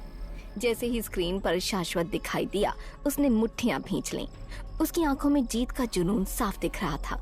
उसने अपने आदमियों की तरफ इशारा किया और एक्साइटमेंट में बोला, आखिर वो मेरे जाल में फंस गया। शेखर का इशारा मिलते ही गोदाम के अंदर चारों तरफ टॉर्च और बंदूकें चमकने लगीं। शेखर के आदमियों ने शाश्वत को घेर लिया था। हिलना मत, हाथ ऊपर करो। शाश्वत ने हाथ ऊपर किए, साथ ही उसने एक नजर चारों तरफ घुमाई। उसे उम्मीद नहीं थी कि उस अकेले के साथ भिड़ने के लिए शेखर इतने आदमियों को भेज देगा। सर, टारगेट सामने, बताइए क्या करना है। इसे वहीं खत्म करके दफन करो, बाहर हवा भी नहीं लगनी चाहिए। शेखर के ऑर्डर के साथ ही उसके सामने चल रही स्क्रीन बंद हो गई। अंदर से कोई जवाब नहीं आया। शेखर बौखला गया। तुम मेरी बात सुन रहे हो या नहीं? जवाब दो। अब भी अंदर से कोई जवाब नहीं आया। शेखर हाथ मलने लगा। अचानक एक जोरदार धमाका हुआ और गोदाम नंबर 7 तहस नहस हो गया। आग की लपटें आसमान छू रही थीं। शेखर की आंखें फटी की फटी रह गईं। उधर रजत के तो जैसे होश उड़ गए थे। मंजर इतना भयानक था कि चारों तरफ बस धुआं ही धुआं था। आग की लपटें इतनी भयानक थीं कि शेखर कपूर की कार तक पहुंच रही थीं। ये गोदाम कैसे ढह गया? मुझे पता नहीं था बारूद इतना पावरफुल होगा। मेरा गोदाम तबाह हो गया। खैर चलो, इसके साथ ही वो कमीना भी भस्म हो गया। अलविदा शाश्वत, आखिर तुम हमेशा के लिए अब गायब हो गए। अब न कोई सबूत रहा और न हमारा दुश्मन। वेल डन शेखर मेरे दोस्त। दोनों एक जोर की हंसी हंसे। गोदाम धुआं धुआं कर जल रहा था। उस धुएं को देखकर रजत की धड़कनें बढ़ने लगीं। इतना टाइम हो गया, बॉस अभी तक वापस नहीं आए। उनके साथ जो स्नाइपर थे वो भी कहीं नजर नहीं आ रहे। गोदाम की उस तेज आग और धमाके के बाद रजत की आंखें बस शाश्वत को ढूंढ रही थीं, जिसका अभी तक कोई अता पता नहीं था। कहीं सच में बॉस? नहीं नहीं, ये नहीं हो सकता। रजत की सांस अटकने लगी। पलकें जैसे झपकना ही भूल गईं। तभी उसकी नजर धुएं को चीरते हुए आगे बढ़ रही एक परछाई पर पड़ी। उस परछाई के पीछे बंदूकें थामे कुछ और परछाइयां भी नजर आने लगीं। रजत की आंखें चमक गईं। वो उन परछाइयों की तरफ भागा। बॉस, आप ठीक हैं? शाश्वत के होठों पर एक हल्की मुस्कान थी और उसने अपने हाथ में कसकर कुछ फाइल्स पकड़ी हुई थीं। रजत ने राहत की सांस ली। बॉस, आपने कर दिखाया। अब ऐसे ही खड़े रहोगे या फिर चलें? अभी खेल खत्म नहीं हुआ है। बस मैं एक बार फिर अपने चाचा की नजरों में गायब हो गया हूँ। फिलहाल इसे ऐसी भ्रम में रहने दो। रजत ने एक तरफ इशारा किया और कार वहाँ से निकल गई। शाश्वत ने सबूतों वाली फाइल्स पर लगी धूल झाड़ी और कार में बैठ गया। तब तक फायर ब्रिगेड और पुलिस भी वहाँ पहुँच गए। शाश्वत ने सामने खड़ी शेखर की कार की तरफ देखा और मुस्कुराया। देखते ही देखते शाश्वत की कार अंधेरे में गायब हो गई। अगले दिन कपूर इंडस्ट्री के गोदाम के तबाह होने की खबर सुर्खियों में थी। इस बार किसी साजिश का अंदेशा जताया जा रहा था। आकृति ने जैसे ही टीवी पर चल रही ब्रेकिंग न्यूज देखी, उसका माथा ठनका। सविता जी भी हैरान थीं, पर दादी को कोई हैरानी नहीं थी। वो सब जानती थीं, वो सब देख रही थीं और मुस्कुरा रही थीं। ये चल क्या रहा है? कपूर इंडस्ट्री का गोदाम तबाह? जरूर ये भी शाश्वत की ही चाल होगी। वो कल रात देर से घर लौटा था, जरूर इसमें भी उसी का हाथ होगा। वो हम लोगों को चैन से जीने नहीं देगा लगता है। इतना कहते ही आकृति गुस्से में अपने रूम में गई, जहां शाश्वत अपने लैपटॉप पर कुछ फाइल्स चेक कर रहा था। ये सब क्यों हो रहा है शाश्वत? तुम ही हो ना इस सब के पीछे? अगर मैं इसके पीछे हूँ तो फिर तुम्हें खुश होना चाहिए ना। पर मुझे एक बात समझ नहीं आई, तुम्हें लगता है मैंने ही सबूत गायब किए और अब मैंने कपूर इंडस्ट्री के गोदाम को भी उड़ा दिया। ये कैसा दोगलापन है आकृति? मुझे कुछ समझ में नहीं आ रहा शाश्वत। मेरे पापा की हत्या से जुड़ा मामला अब सिर्फ हत्या का मामला ही नहीं रह गया। ऐसा लगता है जैसे ये एक जाल है और तुम इसकी एक मजबूत कड़ी हो। शाश्वत धीरे से आकृति के पास आया और उसकी आंखों में देखते हुए बोला, आकृति, कुछ जाल इतने उलझे होते हैं कि उन्हें सुलझाने के लिए होलिया भी बदलना पड़ता है। मैं आज तुम्हें कोई सफाई नहीं दूंगा। बहुत जल्द वो टाइम आएगा जब तुम सब समझ जाओगी। शाश्वत की बातें सुनकर आकृति की आंखों में आंसू आ गए। लेकिन शाश्वत, जब तक सच सामने आएगा कहीं ऐसा ना हो कि बहुत देर हो जाए। इतना कहते ही आकृति बाहर निकल गई। शाश्वत ने गहरी सांस ली। चेहरे पर बेचैनी साफ दिख रही थी।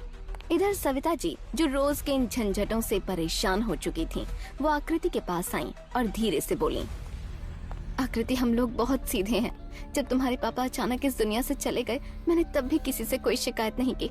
उस टाइम मुझे भी लगा था कि वो नदी में गिर कैसे गए। मुझे भी शक हुआ था, पर हम मिडिल क्लास लोग हैं ना, हम लड़ नहीं सकते, बस हम एडजस्ट कर सकते हैं। मैं तो हमेशा ही एडजस्ट करती आई हूँ मम्मा। आप कहना क्या चाहती हैं? तुम देख रही हो ना, कभी सबूत मिल रहे हैं, कभी सबूत मिटाए जा रहे हैं। अब तो धमाके भी होने लगे। कल न जाने क्या क्या नया बखेड़ा खड़ा हो जाएगा। ये सब कॉन्स्पिरेसीज, मिस्ट्री, धोखाधड़ी सब शाश्वत के इर्द गिर्द घूम रहा है। सोच, अगर शादी से पहले ये हाल है तो शादी के बाद क्या होगा? मुझे तो तुम्हारी चिंता हो रही है। मम्मा, मैं आपकी बात समझ रही हूँ। शाश्वत ने मुझसे बहुत बातें छुपाई हैं, लेकिन क्या? कोई भी रिश्ता झूठ और धोखे पर नहीं टिक सकता। मैं तो कहती हूँ तू ये शादी तोड़ दे, अलग हो जा शाश्वत से। बाद में पछताने से अच्छा है तू अभी अपने दिल को सख्त बना ले। बहू, ये अपनी बेटी को क्या पाठ पढ़ा रही हो? ये उसकी जिंदगी है, उसे फैसला करने दे। पर माँ जी, हमारा टाइम निकल गया बहू, पर आज ऐसा टाइम है कि अगर आप अपने लिए नहीं लड़े तो सामने वाला आपको कुचल कर चला जाएगा। आकृति को मजबूत बनाओ, कमजोर नहीं। इसे सच और झूठ की पहचान खुद करने दो। सविता दादी की तरफ मुड़ी और थोड़ा सख्ती से बोली, माँ जी, मैंने अपने पति को खोया है, अब बेटी को नहीं खोना चाहती। मत भूलो, मैंने भी अपने बेटे को खोया है, पर मैं कभी भी आकृति को कायर बनने के लिए न कहूंगी। सही कह रही हैं आप, पर मुझे डर लग रहा है शाश्वत से।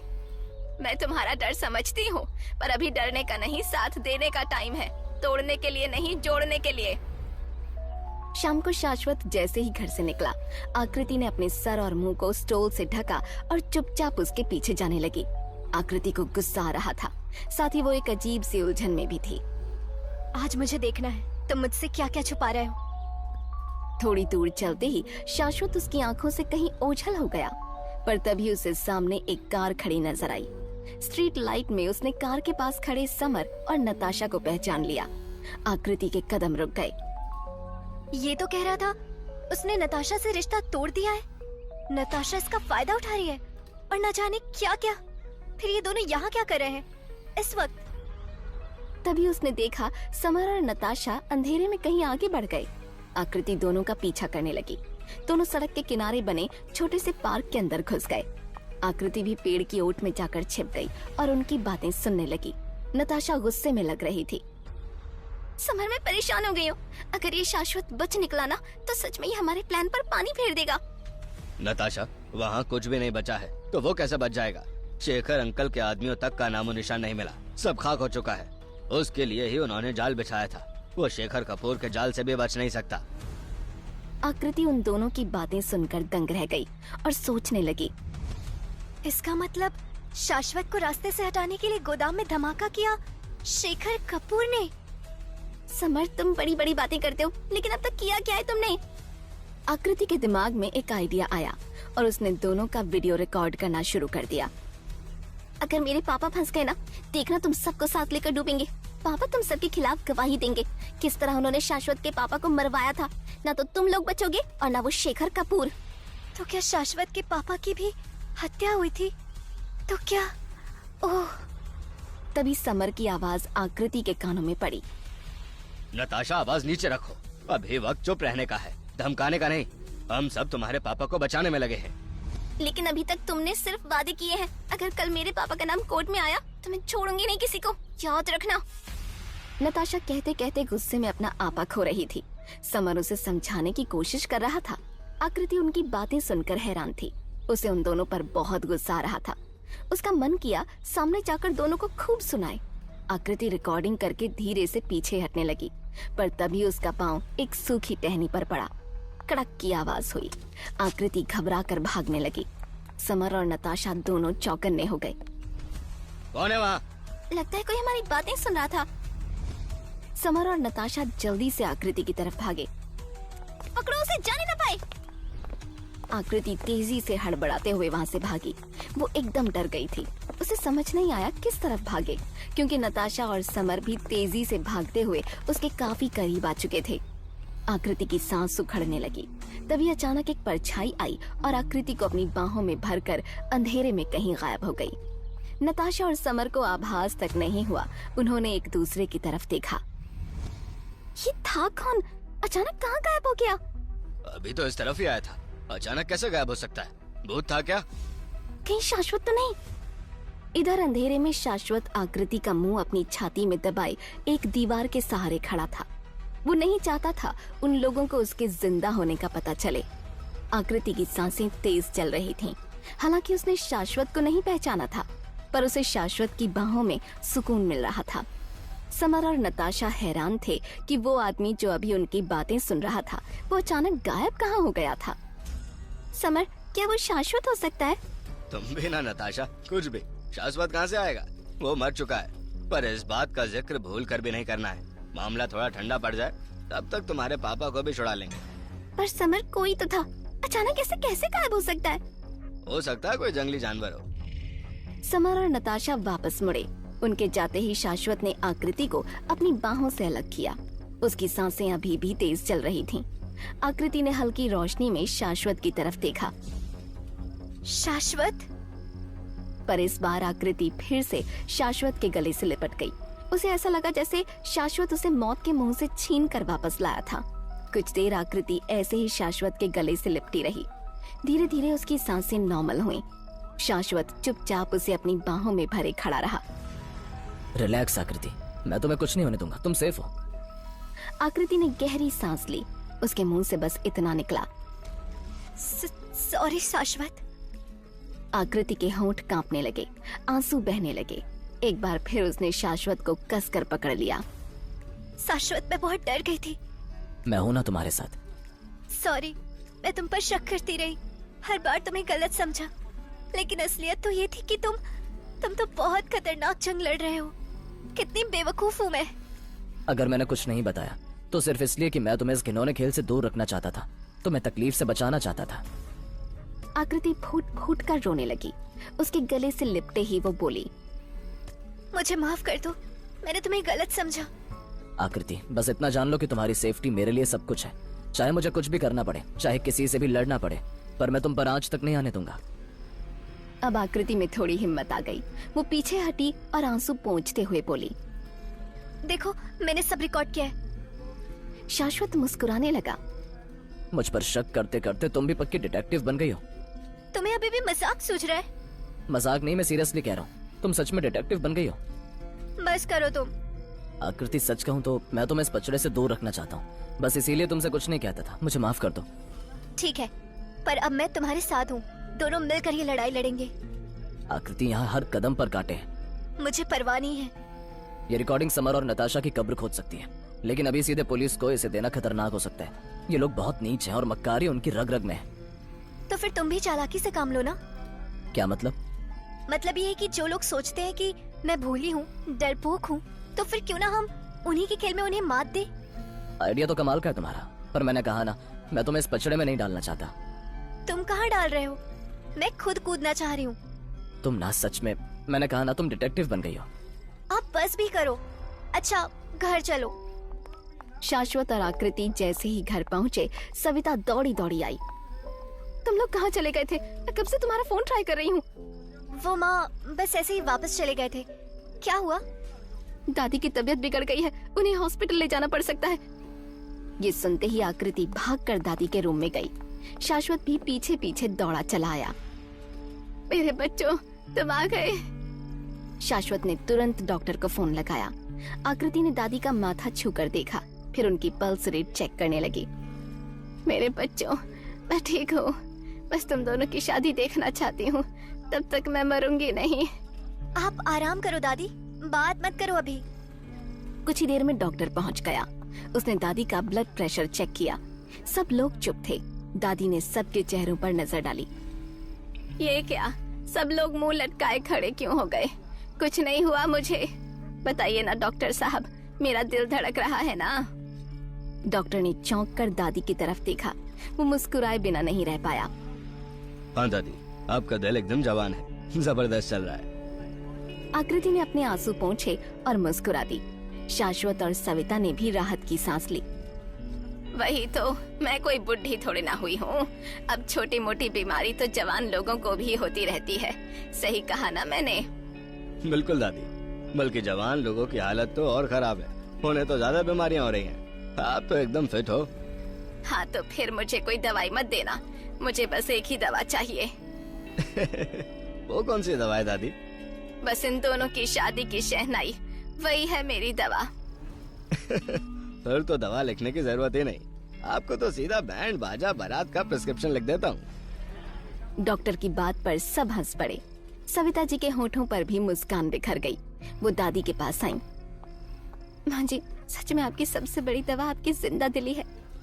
वो तो सब ठीक है बहू, पर देख, मेरी शादी की तमन्ना को अधूरी मत रहने देना। आपकी तमन्ना अधूरी नहीं रहेगी दादी, हमारी शादी इसी हफ्ते होगी। और वो भी इस शहर के सबसे महंगे होटल में। आकृति और शाश्वत को इस तरह एक दूसरे के साथ सुर में सुर मिलाते देख दादी की तो जैसे बीमारी ही गायब हो गई। उनकी आंखों में खुशी के आंसू आ गए। उन्होंने प्यार से दोनों को आशीर्वाद दिया। तो फिर अब मेरा यहाँ क्या काम, मैं चलता हूँ। डॉक्टर ने शाश्वत की तरफ देखा और धीरे से बोला, मिस्टर शाश्वत, आप 1 मिनट बाहर आइए, मैं आपको दादी के लिए कौन सी दवाई लानी है समझा देता हूँ। असल में डॉक्टर दादी की बीमारी के बारे में शाश्वत को बताना चाहता था, इसलिए वो शाश्वत को बाहर लेकर आया। देखिए मिस्टर शाश्वत, मैं काफी टाइम से दादी की बीमारी का इलाज कर रहा हूँ। एक तो उम्र का तकाजा है और ऊपर से कई कॉम्प्लिकेशंस भी हैं। अभी कुछ टेस्ट करवा दीजिए, पर अब दादी के पास ज्यादा टाइम नहीं है। डॉक्टर की बात सुनकर शाश्वत की आंखों में चिंता साफ झलक रही थी। ठीक है डॉक्टर। दादी इस बात से बहुत खुश थीं कि आकृति और शाश्वत के बीच की गलतफहमियां दूर हो गई थीं। पर आकृति और शाश्वत अब एक नई उलझन में फंस चुके थे। शाश्वत, हम शादी कैसे कर सकते हैं? तुम्हें तो फिर से अंडरकवर रहना होगा ना? ये तो है, अगर मैं सामने आ गया तो पूरी प्लानिंग चौपट हो जाएगी। शादी पोस्टपोन कर दे? नहीं, शादी तय डेट पर ही होगी, जैसा दादी चाहती हैं, यानी 4 दिन बाद, और उसी होटल में होगी। शाश्वत, तुम इतने महीने से लड़ाई लड़ रहे हो, क्या अब लड़ाई खत्म कर दूंगा। मतलब ये कि शादी भी होगी और लड़ाई भी हमेशा के लिए खत्म हो जाएगी। शादी से पहले मैं अपने चाचा को बेनकाब करूंगा, वो जेल जाएगा और हमारी शादी की खुशी दोगुनी हो जाएगी। क्या ऐसा हो सकता है? पर इसमें रिस्क है। प्यार और जंग में रिस्क तो हमेशा रहता है। तुम्हें प्यार में रिस्क दिख रहा है? अरे मजाक कर रहा हूँ। देख रही हूँ मैं, मुझे देखते ही तुम्हें मजाक सूझने लगते हैं। तो क्या सोचना चाहिए? तुम? अरे यार, कभी तो चिल किया करो, हमेशा सीरियस। वो सब छोड़ो, बताओ प्लान क्या है? तुम शादी की तैयारी करो, ये सब मुझ पर छोड़ दो। इतना कहते ही शाश्वत ने रजत का नंबर डायल कर दिया। हेलो रजत, तुम्हें मेरी शादी की तैयारी करनी है। अरे वाह बॉस, ये तो कमाल की खबर है। हाँ, पर इससे पहले मैंने जो तुम्हें फाइल सौंपी थी, उनके पॉइंट्स बनाकर एक प्रेस कॉन्फ्रेंस तैयार करनी है। आप करना क्या चाहते हैं? शादी से पहले धमाका। अगले दिन शेखर कपूर ने वकील और विनीत अरोड़ा के साथ एक अर्जेंट मीटिंग बुलाई। वो अब पूरी तरह से कपूर इंडस्ट्री को अपने कब्जे में करने के लिए तैयार था। उसकी आंखों में शैतानी चमक साफ नजर आ रही थी उसके सामने विनीत भी बैठा था, पर वो हमेशा की तरह थोड़ा कंफ्यूज था। पर शेखर का वकील कॉन्फिडेंट दिख रहा था। बस 2 दिन और, उसके बाद कपूर इंडस्ट्रीज पूरी तरह से मेरी होगी। मिस्टर शेखर कपूर, मैंने सारे लीगल डॉक्यूमेंट्स तैयार कर लिए। मीडिया के सवालों का जवाब भी तैयार है। सब कुछ क्लीन लगेगा। पर वकील साहब, अगर शाश्वत जिंदा हुआ तो?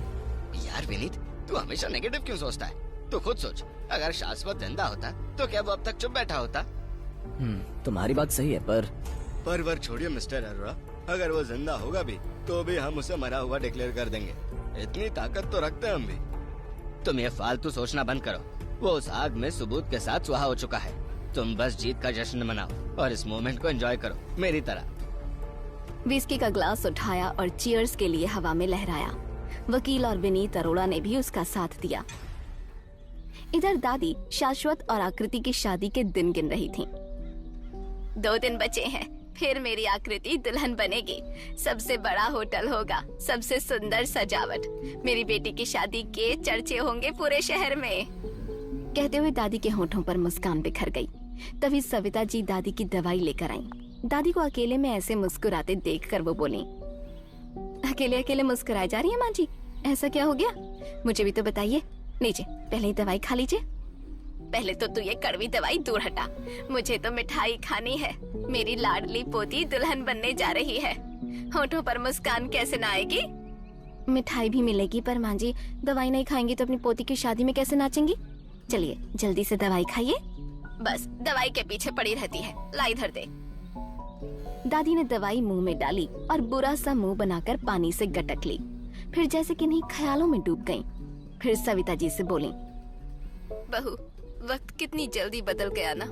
कल तक मैं सोचती थी पता नहीं आकृति की शादी देख भी पाऊंगी या नहीं, और आज शादी की तैयारियां मेरे सामने हो रही हैं। हाँ माँ जी, मैं तो शादी के खिलाफ ही हो गई थी, पर आपका भरोसा शाश्वत पर था। आज मेरी बेटी की शादी इतने अच्छे घर में होने जा रही है, ये बस आपकी वजह से ही तो है। आपने इस घर को हमेशा जोड़ कर रखा। तुमने भी तो हमेशा मेरा मन रखा है। मुझे अब चैन है। तू इस घर की बागडोर संभाल लेगी। शाश्वत भी बहुत अच्छा लड़का है। तुझे तो दामाद के रूप में बेटा मिला है। दादी की ऐसी बातें सुनकर सविता जी की आंखों में आंसू भर आए। दादी टोकते हुए बोली, रोकर अब शकुन मत कर, ऐसे नहीं रोते। शादी का घर है, यहाँ तो बस हंसी और ठिठोली होनी चाहिए। बस माँ जी, उनकी याद आ गई थी। अगर आज वो भी होते तो कितने खुश होते। सविता जी की बात सुनकर एक पल के लिए दादी भी जैसे पुरानी यादों में खो गईं, पर उन्होंने खुद को संभाला और बोली, ठीक कहती है बहू, पर कुछ चीजें हमारे हाथ में नहीं होती और कुछ फैसले ऊपर वाले के मान लेने चाहिए। इधर आकृति के मन में एक अलग ही कश्मकश चल रही थी। वो बालकनी में खड़ी आसमान में चमक रहे आधे चांद को निहार रही थी। उसका दिल शाश्वत को ढूंढ रहा था। मेरा प्यार भी अभी इस आधे चांद की तरह आधा ही है। जब तक मैं शाश्वत से अपने प्यार का इजहार नहीं कर देती, पर आज मैं शाश्वत से अपने दिल की बात कह दूंगी। पता नहीं क्यों आज वक्त जैसे कट ही नहीं रहा। पता नहीं शाश्वत कहाँ रह गया। तभी किसी ने हल्के से उसके कंधे को छुआ। उसने पीछे मुड़कर देखा तो सामने शाश्वत खड़ा था। आकृति का दिल जैसे खिल उठा। चांद देख रही हो या मेरा इंतजार कर रही थी? दोनों ही, आधा चांद आधा इंतजार, दोनों पूरे हो गए। क्या बात है, आज बड़ी रोमांटिक हो रही हो। मुझे तुमसे कुछ कहना है। हाँ कहो। शाश्वत, मैं तुमसे प्यार करने लगी हूँ। शाश्वत का तो जैसे खुशी का ठिकाना ही नहीं रहा। उसे समझ नहीं आया वो कैसे रिएक्ट करे। मुझे पिंच करना। क्या शाश्वत, मैं तुमसे प्यार करती हूँ, बहुत प्यार करती हूँ। मैं प्यार का इजहार कर रही हूँ और तुम्हें मजाक सूझ रहा है। रहने दो तुम। कैसे यकीन करूँ, मैं कैसे सहूँ? तुम सोच भी नहीं सकती तुम्हारे मुंह से ये सुनना मेरे लिए क्या मायने रखता है। जाने कितनी रातें मैंने इसी ख्वाब के साथ गुजारी हैं। तुमने ये कहकर आज मुझे जीने का मकसद दे दिया। अब मुझे जिंदगी से और कुछ नहीं चाहिए। क्या तुम सच में मुझसे प्यार करते हो? मैंने जब तुम्हें पहली बार देखा तब से तुम पर मर मिटा था। हर दिन चाहता था कि तुमसे कहूँ मैं तुमसे प्यार करता हूँ, पर हिम्मत नहीं जुटा पाया। फिर पता चला तुम्हारा बॉयफ्रेंड है। फिर सोचा तुम खुश रहो, यही तो मेरा प्यार है। शाश्वत, सच में मैं समर के धोखे से बुरी तरह टूट चुकी थी। अब लगता है अच्छा ही हुआ। आखिर मुझे तुम्हारे जैसा जीवन साथी जो मिलने वाला था। तुमने मुझे संभाला, इतना प्यार दिया। मुझे तुम पर भरोसा करने में टाइम लगा, पर यकीन मानो, मैं तुमसे भी ज्यादा प्यार करती हूँ। सच में आकृति, मैं तुम्हें बता नहीं सकता आज मैं कितना खुश हूँ। शाश्वत, तुमसे अपने मन की बात कहकर आज मेरा मन भी बहुत हल्का हो गया। मैं सिर्फ तुम्हारे साथ मेरा कल देखना चाहती हूँ। शाश्वत हवा में उड़ रही आकृति के बालों को सहलाने लगा। हमारा कल? हाँ, हमारा कल। पर क्या सच में हमारी शादी हो पाएगी? ये सब कुछ जो हो रहा है। आकृति, हमारी शादी होगी, मैं तुमसे वादा करता हूँ। हमारी शादी बहुत धूमधाम से होगी, दुनिया देखती रह जाएगी। पता नहीं क्यों शाश्वत, एक अजीब सा डर मन में घेरे हुआ है। कभी लगता है खुशियाँ हमारी मुट्ठी में है, कभी लगता है सब छिन तो नहीं जाएगा। यही डर हमारे रिश्ते को मजबूत बनाएगा आकृति। अगली सुबह शेखर और विनीत अरोड़ा ऑफिस में बैठे किसी का इंतजार कर रहे थे। तभी अचानक दरवाजा खुला। शेखर का वकील दाखिल हुआ। मुबारक हो मिस्टर शेखर कपूर, सुशील मेहरा जेल से बाहर हैं। मैंने उनकी बेल करवा दी है। बस यही खबर सुनने के लिए तो हम दोनों यहाँ बैठे हैं। मैंने जानबूझकर तुम्हें कॉल नहीं किया, क्योंकि मैं चाहता था कि ये खबर तुम मुझे खुद दो और हम साथ में सेलिब्रेट करें। सुशील के आते ही अब हम सेफ हैं। आओ जीत का जश्न मनाते हैं। जश्न तो ठीक है मिस्टर शेखर कपूर, पर जितना बड़ा दाव लगाते हैं उतना ही बड़ा रिस्क होता है। क्या मतलब है तुम्हारा? यही कि अब मीडिया की नजर आप पर है। शेखर ने विस्की का ग्लास उठाया और ठहाका मार कर हंसा। वकील साहब, आप भी। मीडिया को तो मैं अपने हिसाब से नचाता हूँ, यूँ अपने इशारों पर। कहते हुए शेखर ने अपने एक हाथ से चुटकी बजाई। बात तो आप ठीक कह रहे हैं मिस्टर कपूर, पर आपको देर नहीं करनी चाहिए और जल्दी से जल्दी प्रेस कॉन्फ्रेंस बुला लेनी चाहिए। बुला लेंगे, इतनी भी जल्दी क्या है? जल्दी है मिस्टर कपूर, कानून सबूतों पर चलता है, इसलिए आपको दुनिया के सामने सबूत दिखाना होगा। प्रेस कॉन्फ्रेंस में आपको ये बात साबित करनी होगी कि शाश्वत अब इस दुनिया में नहीं रहा। आपको ये भी साबित करना होगा कि सुशील मेहरा के खिलाफ जो भी सबूत मिले थे वो झूठे थे। वो मैं साबित कर दूंगा, ये तुम भी जानते हो। बस कल ही मैं प्रेस कॉन्फ्रेंस बुला लूंगा। देख लेना, जो कहानी मैं उन्हें सुनाऊंगा वही सच मानी जाएगी। कौन सी कहानी? शाश्वत की मौत और हमारी जीत की कहानी। शेखर कपूर के वकील ने प्रेस कॉन्फ्रेंस में शाश्वत की मौत साबित करने और कपूर इंडस्ट्री को हथियाने की पूरी तैयारी कर ली थी। साथ ही उसने सुशील की बेल करवाने में इम्पोर्टेंट रोल प्ले किया था। जैसे ही ये खबर रजत को मिली, उसने तुरंत शाश्वत को कॉल लगाया। बॉस, बुरी खबर है, सुशील मेहरा को बेल मिल गई है। क्या कह रहे हो? पर कैसे? शेखर कपूर ने दिलवाई। वो कल सुबह प्रेस कॉन्फ्रेंस करने वाला है, जिसमें आपको डेड डिक्लेयर करेगा और लीगली खुद को कपूर इंडस्ट्रीज का मालिक साबित करेगा। आकृति जो साथ में ही खड़ी शाश्वत और रजत की बातें सुन रही थी, वो ये सब सुनकर घबरा गई। शाश्वत, मुझे डर लग रहा है, कहीं उन्हें तुम्हारे जिंदा होने की भनक तो नहीं मिल गई? नहीं आकृति, अगर ऐसा होता तो वो प्रेस कॉन्फ्रेंस नहीं बुलाता। पर तुम ये बताओ, तुमने दादी और मम्मा को बता दिया था ना कि मेरे जिंदा होने की खबर के बारे में किसी को न बताएं। वो तो मैंने तुम्हें तभी समझा दिया था जब वो गोदाम में आग वाली खबर आई थी। ठीक है रजत, तुम बताओ हमारी शादी की तैयारी कैसी चल रही है? बॉस, शादी की तैयारी तो मैंने सब कर ली है, पर क्या ऐसे में आपको शादी करनी चाहिए? मुझे ऐसे में ही शादी करनी चाहिए। उसकी साजिशों का पर्दाफाश करके हम नई शुरुआत करेंगे। बॉस, आपको टेंशन नहीं हो रही? वो शेखर कपूर बहुत नीच आदमी है। नीच है तभी तो उसकी ही प्रेस कॉन्फ्रेंस में सबके सामने मैं अपनी शादी का ऐलान करूंगा। बॉस, मैं समझ नहीं पा रहा, आप आग से क्यों खेलना चाहते हैं? हमारे पास सबूत हैं। हम कल सुबह चुपचाप वो सबूत पुलिस को दे देते हैं। ना होगी उसकी प्रेस कॉन्फ्रेंस और ना ही कोई नया बखेड़ा खड़ा हो पाएगा। आप क्यों जान से खेलने का रिस्क ले रहे हैं? जान पर तो मैं पिछले 6 महीने से खेल रहा हूँ। अब तो खेल जीतने की बारी है। बस तुम शादी की तैयारी करके रखो। हमारी शादी की सारी रस्में धूमधाम से होनी चाहिए। पर शाश्वत, मुझे भी डर है, कहीं वो लोग तुम्हें फिर कुछ नुकसान पहुंचाने की कोशिश करेंगे तो? डरो मत, कल शेखर कपूर अपने दोस्तों के साथ सलाखों के पीछे होगा। रजत, जो शाश्वत की प्लान को समझ गया था, उसने कुछ सोचते हुए कहा। ठीक है बॉस, मैं सारे अरेंजमेंट करता हूँ, पर हमारी सिक्योरिटी प्रेस कॉन्फ्रेंस में मौजूद रहेगी। इसके लिए मैं आपकी कोई बात नहीं सुनूंगा। इसकी जरूरत नहीं पड़ेगी रजत। आपको जरूरत नहीं होगी, पर मुझे है। आप मेरे बॉस ही नहीं, मेरे दोस्त भी हैं, और मैं अपने दोस्त को मुसीबत में नहीं डाल सकता। ठीक है, फिर बात अगर दोस्ती की आ ही गई है तो फिर मैं तुम्हें रोक नहीं सकता। आकृति हैरानी से शाश्वत और रजत की तरफ देख रही थी। उन दोनों में एक दूसरे के लिए इतना अपनापन देखकर वो मन ही मन खुश थी। उसे तसल्ली थी कि शाश्वत के पास रजत जैसा असिस्टेंट है जो उसका दोस्त भी है। ओके बॉस, मैं कल की तैयारी करता हूँ। सेंट्रल जेल के गेट के बाहर मीडिया का जमावड़ा लगा हुआ था। सुशील मेहरा बाहर आ रहा था। कैमरास की फ्लैश और रिपोर्टर्स के चिल्लाने की आवाजें आ रही थीं। मिस्टर मेहरा, आप बेल पर बाहर आए, इस पर आपका क्या कहना है? क्या आप सुरजीत नारंग केस में शामिल थे या फिर आप पर झूठा इल्जाम था? जवाब दीजिए मिस्टर मेहरा। ऐसे ही कई आवाजें गूंज रही थीं, पर सुशील मेहरा ने सबको इग्नोर किया। पुलिस फोर्स सुशील को सेफली उसकी कार तक ले गई। सुशील मेहरा कार में बैठा और तेजी से बाहर निकल गया। मीडिया वाले सवाल पूछते ही रह गए। सुशील मेहरा की कार सीधा कपूर इंडस्ट्रीज के ऑफिस पहुंची। वहां शेखर कपूर और विनीत अरोड़ा पहले ही उसके इंतजार में बैठे थे। सुशील मेहरा तेज कदमों से शेखर कपूर के रूम में दाखिल हुआ। आओ दोस्त, तुम्हारा इंतजार था। तुम बिल्कुल तूफान की तरह आ गए। मैं तूफान हूँ दोस्त, सामने जो खड़ा होता है उसे ही उड़ा कर ले जाता हूँ।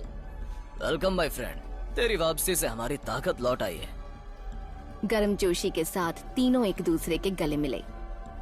मैं भी शुक्रगुजार हूँ यारो, तुम दोनों ने मेरा साथ दिया। पर अभी खतरा टला नहीं है। ये सुनते ही सुशील ने शेखर की तरफ उम्मीद भरी नजरों से देखा। शेखर ने भी उसे निराश नहीं किया। तुम चिंता मत करो, कल मैंने प्रेस कॉन्फ्रेंस बुलाई है। मैं ये साबित कर दूंगा तुम पर लगाए गए सारे इल्जाम झूठे हैं। हाँ, मुझे तुम पर पूरा भरोसा है। इधर दादी और सविता जी सुशील मेहरा के बेल पर छूटने की वजह से चिंता में थीं। सुशील मेहरा को बेल मिलने वाली खबर से मुझे चिंता होने लगी है। हाँ माँ जी, ये सब उस शेखर कपूर की चाल है, तभी तो शाश्वत को फिर से अंडर कवर होना पड़ा। सच में उस बेचारे के साथ बहुत बुरा हुआ है, पर देखना वो इससे भी निकल जाएगा।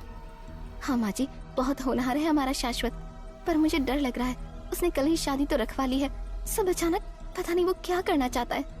वो धमाका करना चाहता है, देखना तुम, कल बड़ा धमाका होगा। आखिर मेरी पोती की शादी है तो कुछ तो अलग होना चाहिए ना। माँ जी, आपको सच में डर नहीं लगता? मुझे अपने शाश्वत पर भरोसा है। जानती हो, जब मैंने उसे पहली बार देखा था, मैं तो तभी समझ गई थी वो कपूर इंडस्ट्रीज का वारिस शाश्वत कपूर है। अच्छा, तो आपने मुझे क्यों नहीं बताया? बताया तो था, पर तुमने मेरा भरोसा कहाँ किया। तुमने तो कहा मेरा दिमाग काम नहीं कर रहा। हाँ माँ जी, आपने बात ही ऐसी की थी।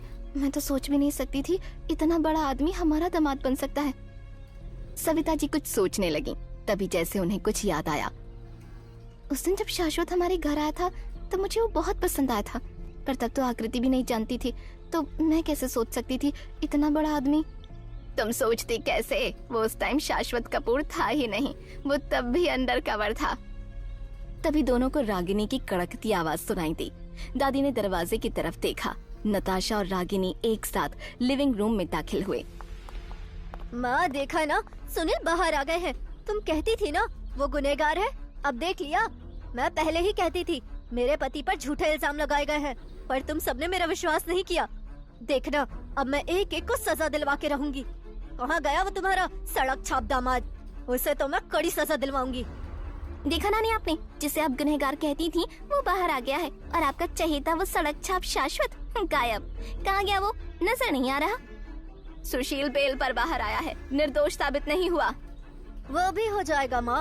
और तुम कैसी माँ हो, अपनी ही बेटी के सुहाग को गाली देती हो? तुम चुप करो। दीदी आप यहाँ से जाइए, माँ जी की तबीयत पहले ही ठीक नहीं है। हालचाल तो पूछना दूर की बात है, आप तो ताने मारने आ गई। बूढ़ी है तो तबीयत का तो चलता रहता है, यहाँ हम जैसे बीमार रहने लगे। और हाँ, तुम्हें कैसा लगा? मेरा पति बाहर आ गया, बुरा तो लगा ही होगा। सविता को गुस्सा तो आ रहा था, पर वो चुप रही। तभी आकृति भी वहाँ आ गई। उन दोनों को देखकर आकृति ने दांत पीस लिए। तुम दोनों फिर आ गई यहाँ। तुम लोगों को क्या लगता है सुनील फूफा निर्दोष है? देखना, सच एक दिन सामने आएगा। लो कर लो बात, तेवर तो देखो इसके, शर्म नहीं आती? तू अपने उस सड़क छाप को संभाल ले और अपना मुंह बंद रख। मुंह तो तुम दोनों का बंद होगा जब असलियत सबके सामने आएगी।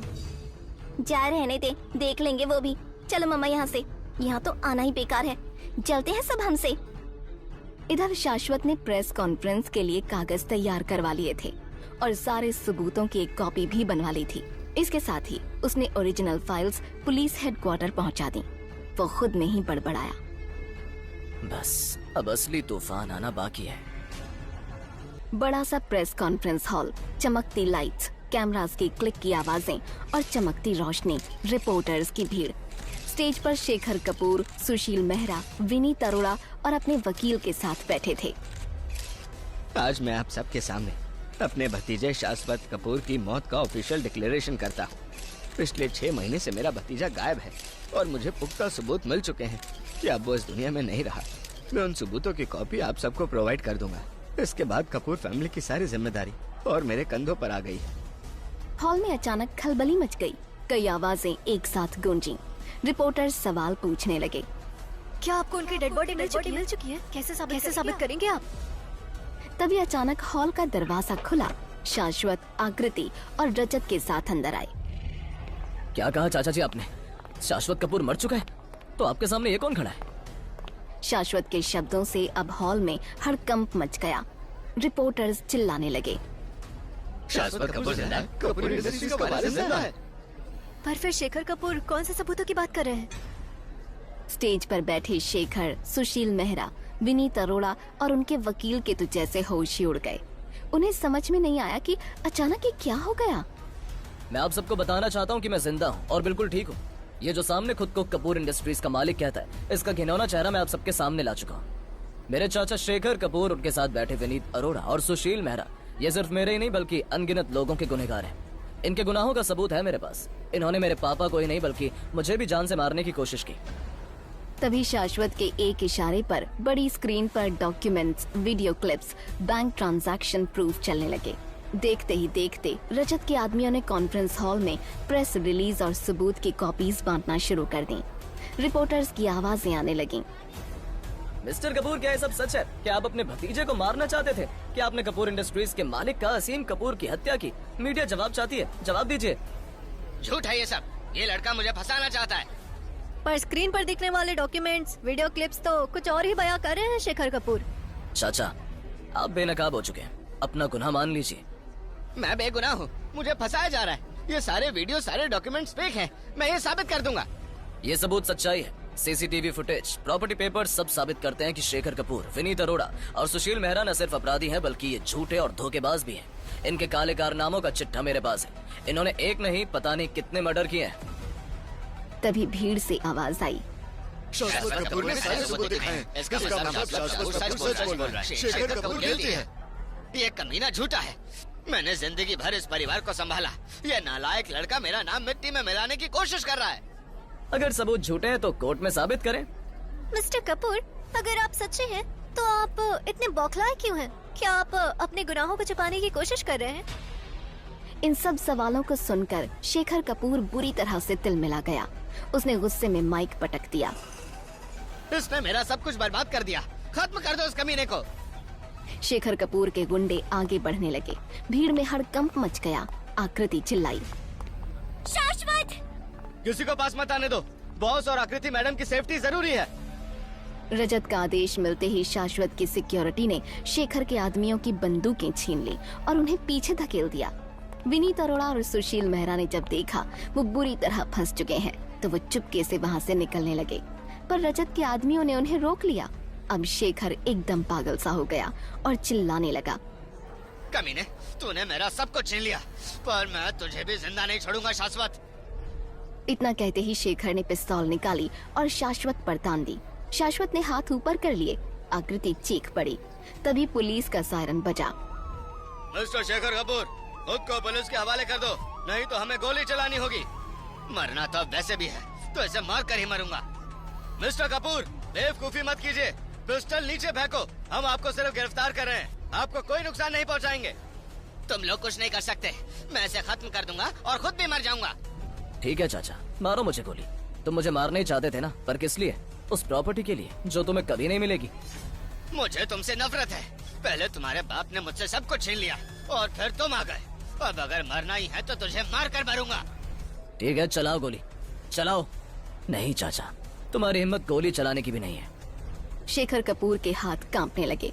तब तक पुलिस के एक आदमी ने चालाकी से शेखर कपूर के हाथ से पिस्तौल छीन ली। शेखर कपूर, तुम्हें और तुम्हारे साथियों को हत्या की साजिश और सबूतों को नष्ट करने के आरोप में गिरफ्तार किया जाता है। पुलिस शेखर कपूर और उसके साथियों को हथकड़ी पहनाकर भीड़ में से खींच कर ले गई। पत्रकारों की भीड़ भी उनके पीछे जाने लगी। तभी शाश्वत ने माइक संभाला और हॉल में उसकी आवाज गूंजी। पत्रकारों की भीड़ पीछे मुड़ी और शाश्वत की तरफ देखने लगी। आज सच सामने आ चुका है। कपूर इंडस्ट्रीज के गद्दार अब सलाखों के पीछे होंगे। मैंने इन पिछले 6 महीनों में बहुत कुछ सहा, पर सब ठीक हो गया। अब मैं आप सबके साथ अपनी जिंदगी की सबसे बड़ी खुशी बांटना चाहता हूँ। शाश्वत के इस ऐलान पर हॉल में सन्नाटा छा गया। सब खुशखबरी सुनने के लिए बेताब थे। कपूर इंडस्ट्रीज का वारिस होने के नाते मैं आज अपनी शादी का ऐलान करता हूँ और मेरी दुल्हन होगी आकृति नारंग। आज हम दोनों की शादी है। इस खास मौके पर मैं पूरी मीडिया को इनवाइट करता हूँ। शाश्वत के ऐलान के साथ ही हॉल में तालियों की गड़गड़ाहट होने लगी। शाश्वत आकृति का हाथ पकड़कर स्टेज से नीचे उतरा। मीडिया की भीड़ उन दोनों के पीछे जाने लगी। रजत ने सबको शांत रहने की गुजारिश की और प्रेस रिलीज सब में बांटी। दादी न्यूज चैनल पर सब कुछ लाइव देख चुकी थी। उनकी आंखों में खुशी के आंसू थे। आखिर सच की जीत हुई। दादी ने सविता जी की तरफ देखा और कहने लगी, मैं न कहती थी बहू, मेरा शाश्वत सब संभाल लेगा। झूठ, साजिश और खतरों से खेलने के बाद शाश्वत और आकृति का प्यार आखिर जीत ही गया। सच में माँ जी, आपका भरोसा रंग लाया।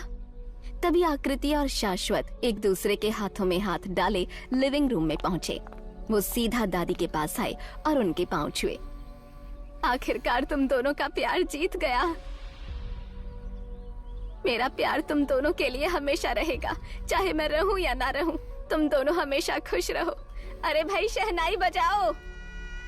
आकृति की आंखों में हल्की नमी थी, पर चेहरे पर राहत थी। शाश्वत ने आकृति का हाथ पकड़ लिया। आकृति ने प्यार से शाश्वत की तरफ देखा। शुक्र है, सब ठीक हो गया। आकृति हल्के से मुस्कुराई। तभी हल्का म्यूजिक बजने लगा। शाश्वत की नजर बाहर बरामदे की तरफ गई। उसकी आंखें हैरत से सिकुड़ गईं। उसने आकृति का हाथ छोड़ा और तुरंत बरामदे की तरफ गया। उसने चारों तरफ देखा, पर वहाँ कोई नहीं था। मेन गेट के बाहर झाड़ियों में कुछ हिलने लगा। शाश्वत उस तरफ भागा, पर वहाँ भी कोई नहीं था। तभी आकृति वहाँ आ गई। क्या हुआ शाश्वत, तुम इस तरह बाहर क्यों आ गए?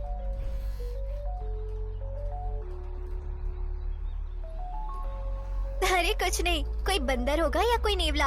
यहाँ जंगली जानवर अक्सर आ जाते हैं, पास में ही जंगल है ना। तुम चलो, हम दोनों को तैयार भी होना है। आखिर हमारी शादी है आज।